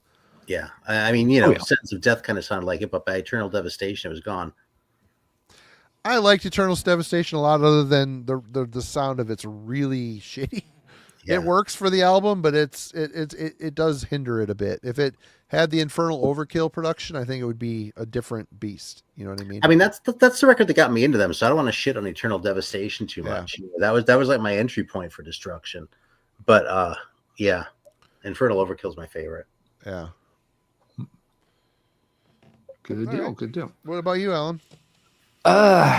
For me, the Pleasure and the Creator Metallica side. Yeah, that's Pleasure to Kill. Again, I'm really late to that album, but yeah, that one clicked after a couple of tries. It clicked hard. Yeah. And I've always liked Kill 'Em All. I mean, yes, I know it's, pretty primitive compared to what they did after that, but that's another just huge high school album for me. I've always dug it.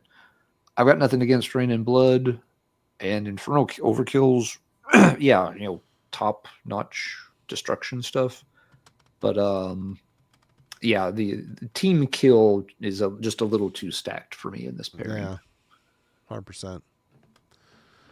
All right, I got one more here. All right, we'll wrap up with this one, I think. Then. Yep, we haven't done any Maiden tonight, so we're gonna do a little bit of Maiden. Wow, we haven't touched on Maiden. Wow. My favorite Maiden record, Killers, paired with Jugulator by Judas Priest. Oh, I tried doing this earlier. I tried doing something very similar. Here's pair number 1, Killers and Jugulator versus Power Slave and Senjutsu. Okay, didn't see that coming. Okay, no, I did. Number 1. Oh no! Jevin says, "Oh no." Jason says, "Shocking." Marty, you suck. I do suck. It is what it is. And so I try to pick the people's favorite from the Bruce era and people's favorite from the Di'Anno era. So I try to be a little evil here. Paired with 2 albums that suck. Yeah, Killers and Jugulator, man. Alan?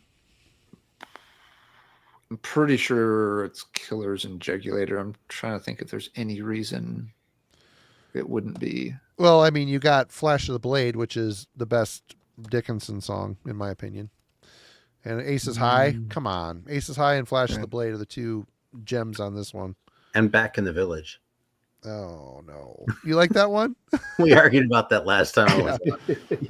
I love Back in the Village. Back in the Village. Yeah, it's the Killers pair for me. And then this is one where, like the second albums don't really add or subtract anything. But I would take Killers over Power Slave, so that's the answer. Yep, for me, it's Killers. I got to pick this one. This is the best Maiden record, in my opinion. I absolutely love this thing. And this is just, what the hell were they thinking? But yeah, what are you going to do? And now Ryan has actually an interesting point here that, you get 2 Maidens, on one side of the equation, even if one of them is, not their greatest. So yeah, that did cross my mind, Ryan. That's a fair point. I will never listen to this album again. I'm going to say it. 80 some minutes of the same song.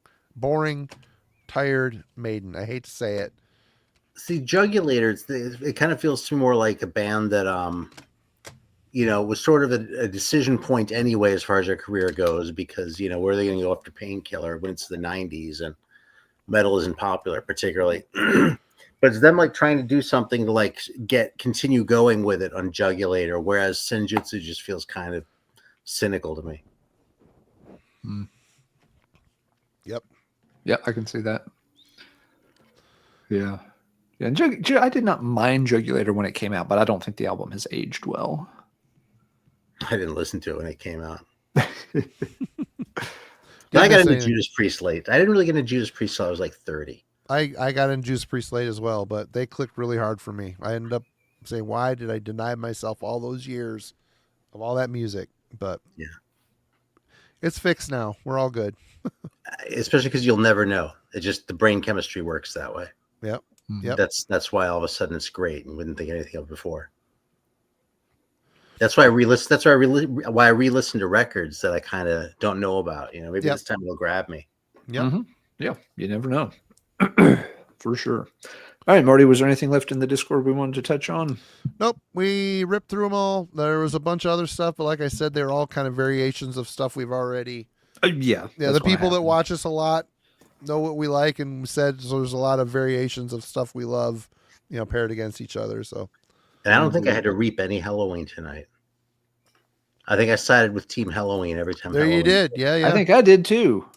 Marty, how often did you side with Team Halloween? I'm sure a couple times. Are you sure about that? Probably. Yeah. What are you going to Marty do? threw out all the good records. For good records. For other records he preferred, for sure. Yeah. Well, it has been fun. Thanks to everybody in the Discord and the chat for throwing up the album pairs. Hope you've enjoyed it. And yeah, Aaron, thank you very much for hanging out and joining in the fun with us as well. It's always cool to get to hang out with you for a while. Always good. Always good to see you, man. Seriously. Yep.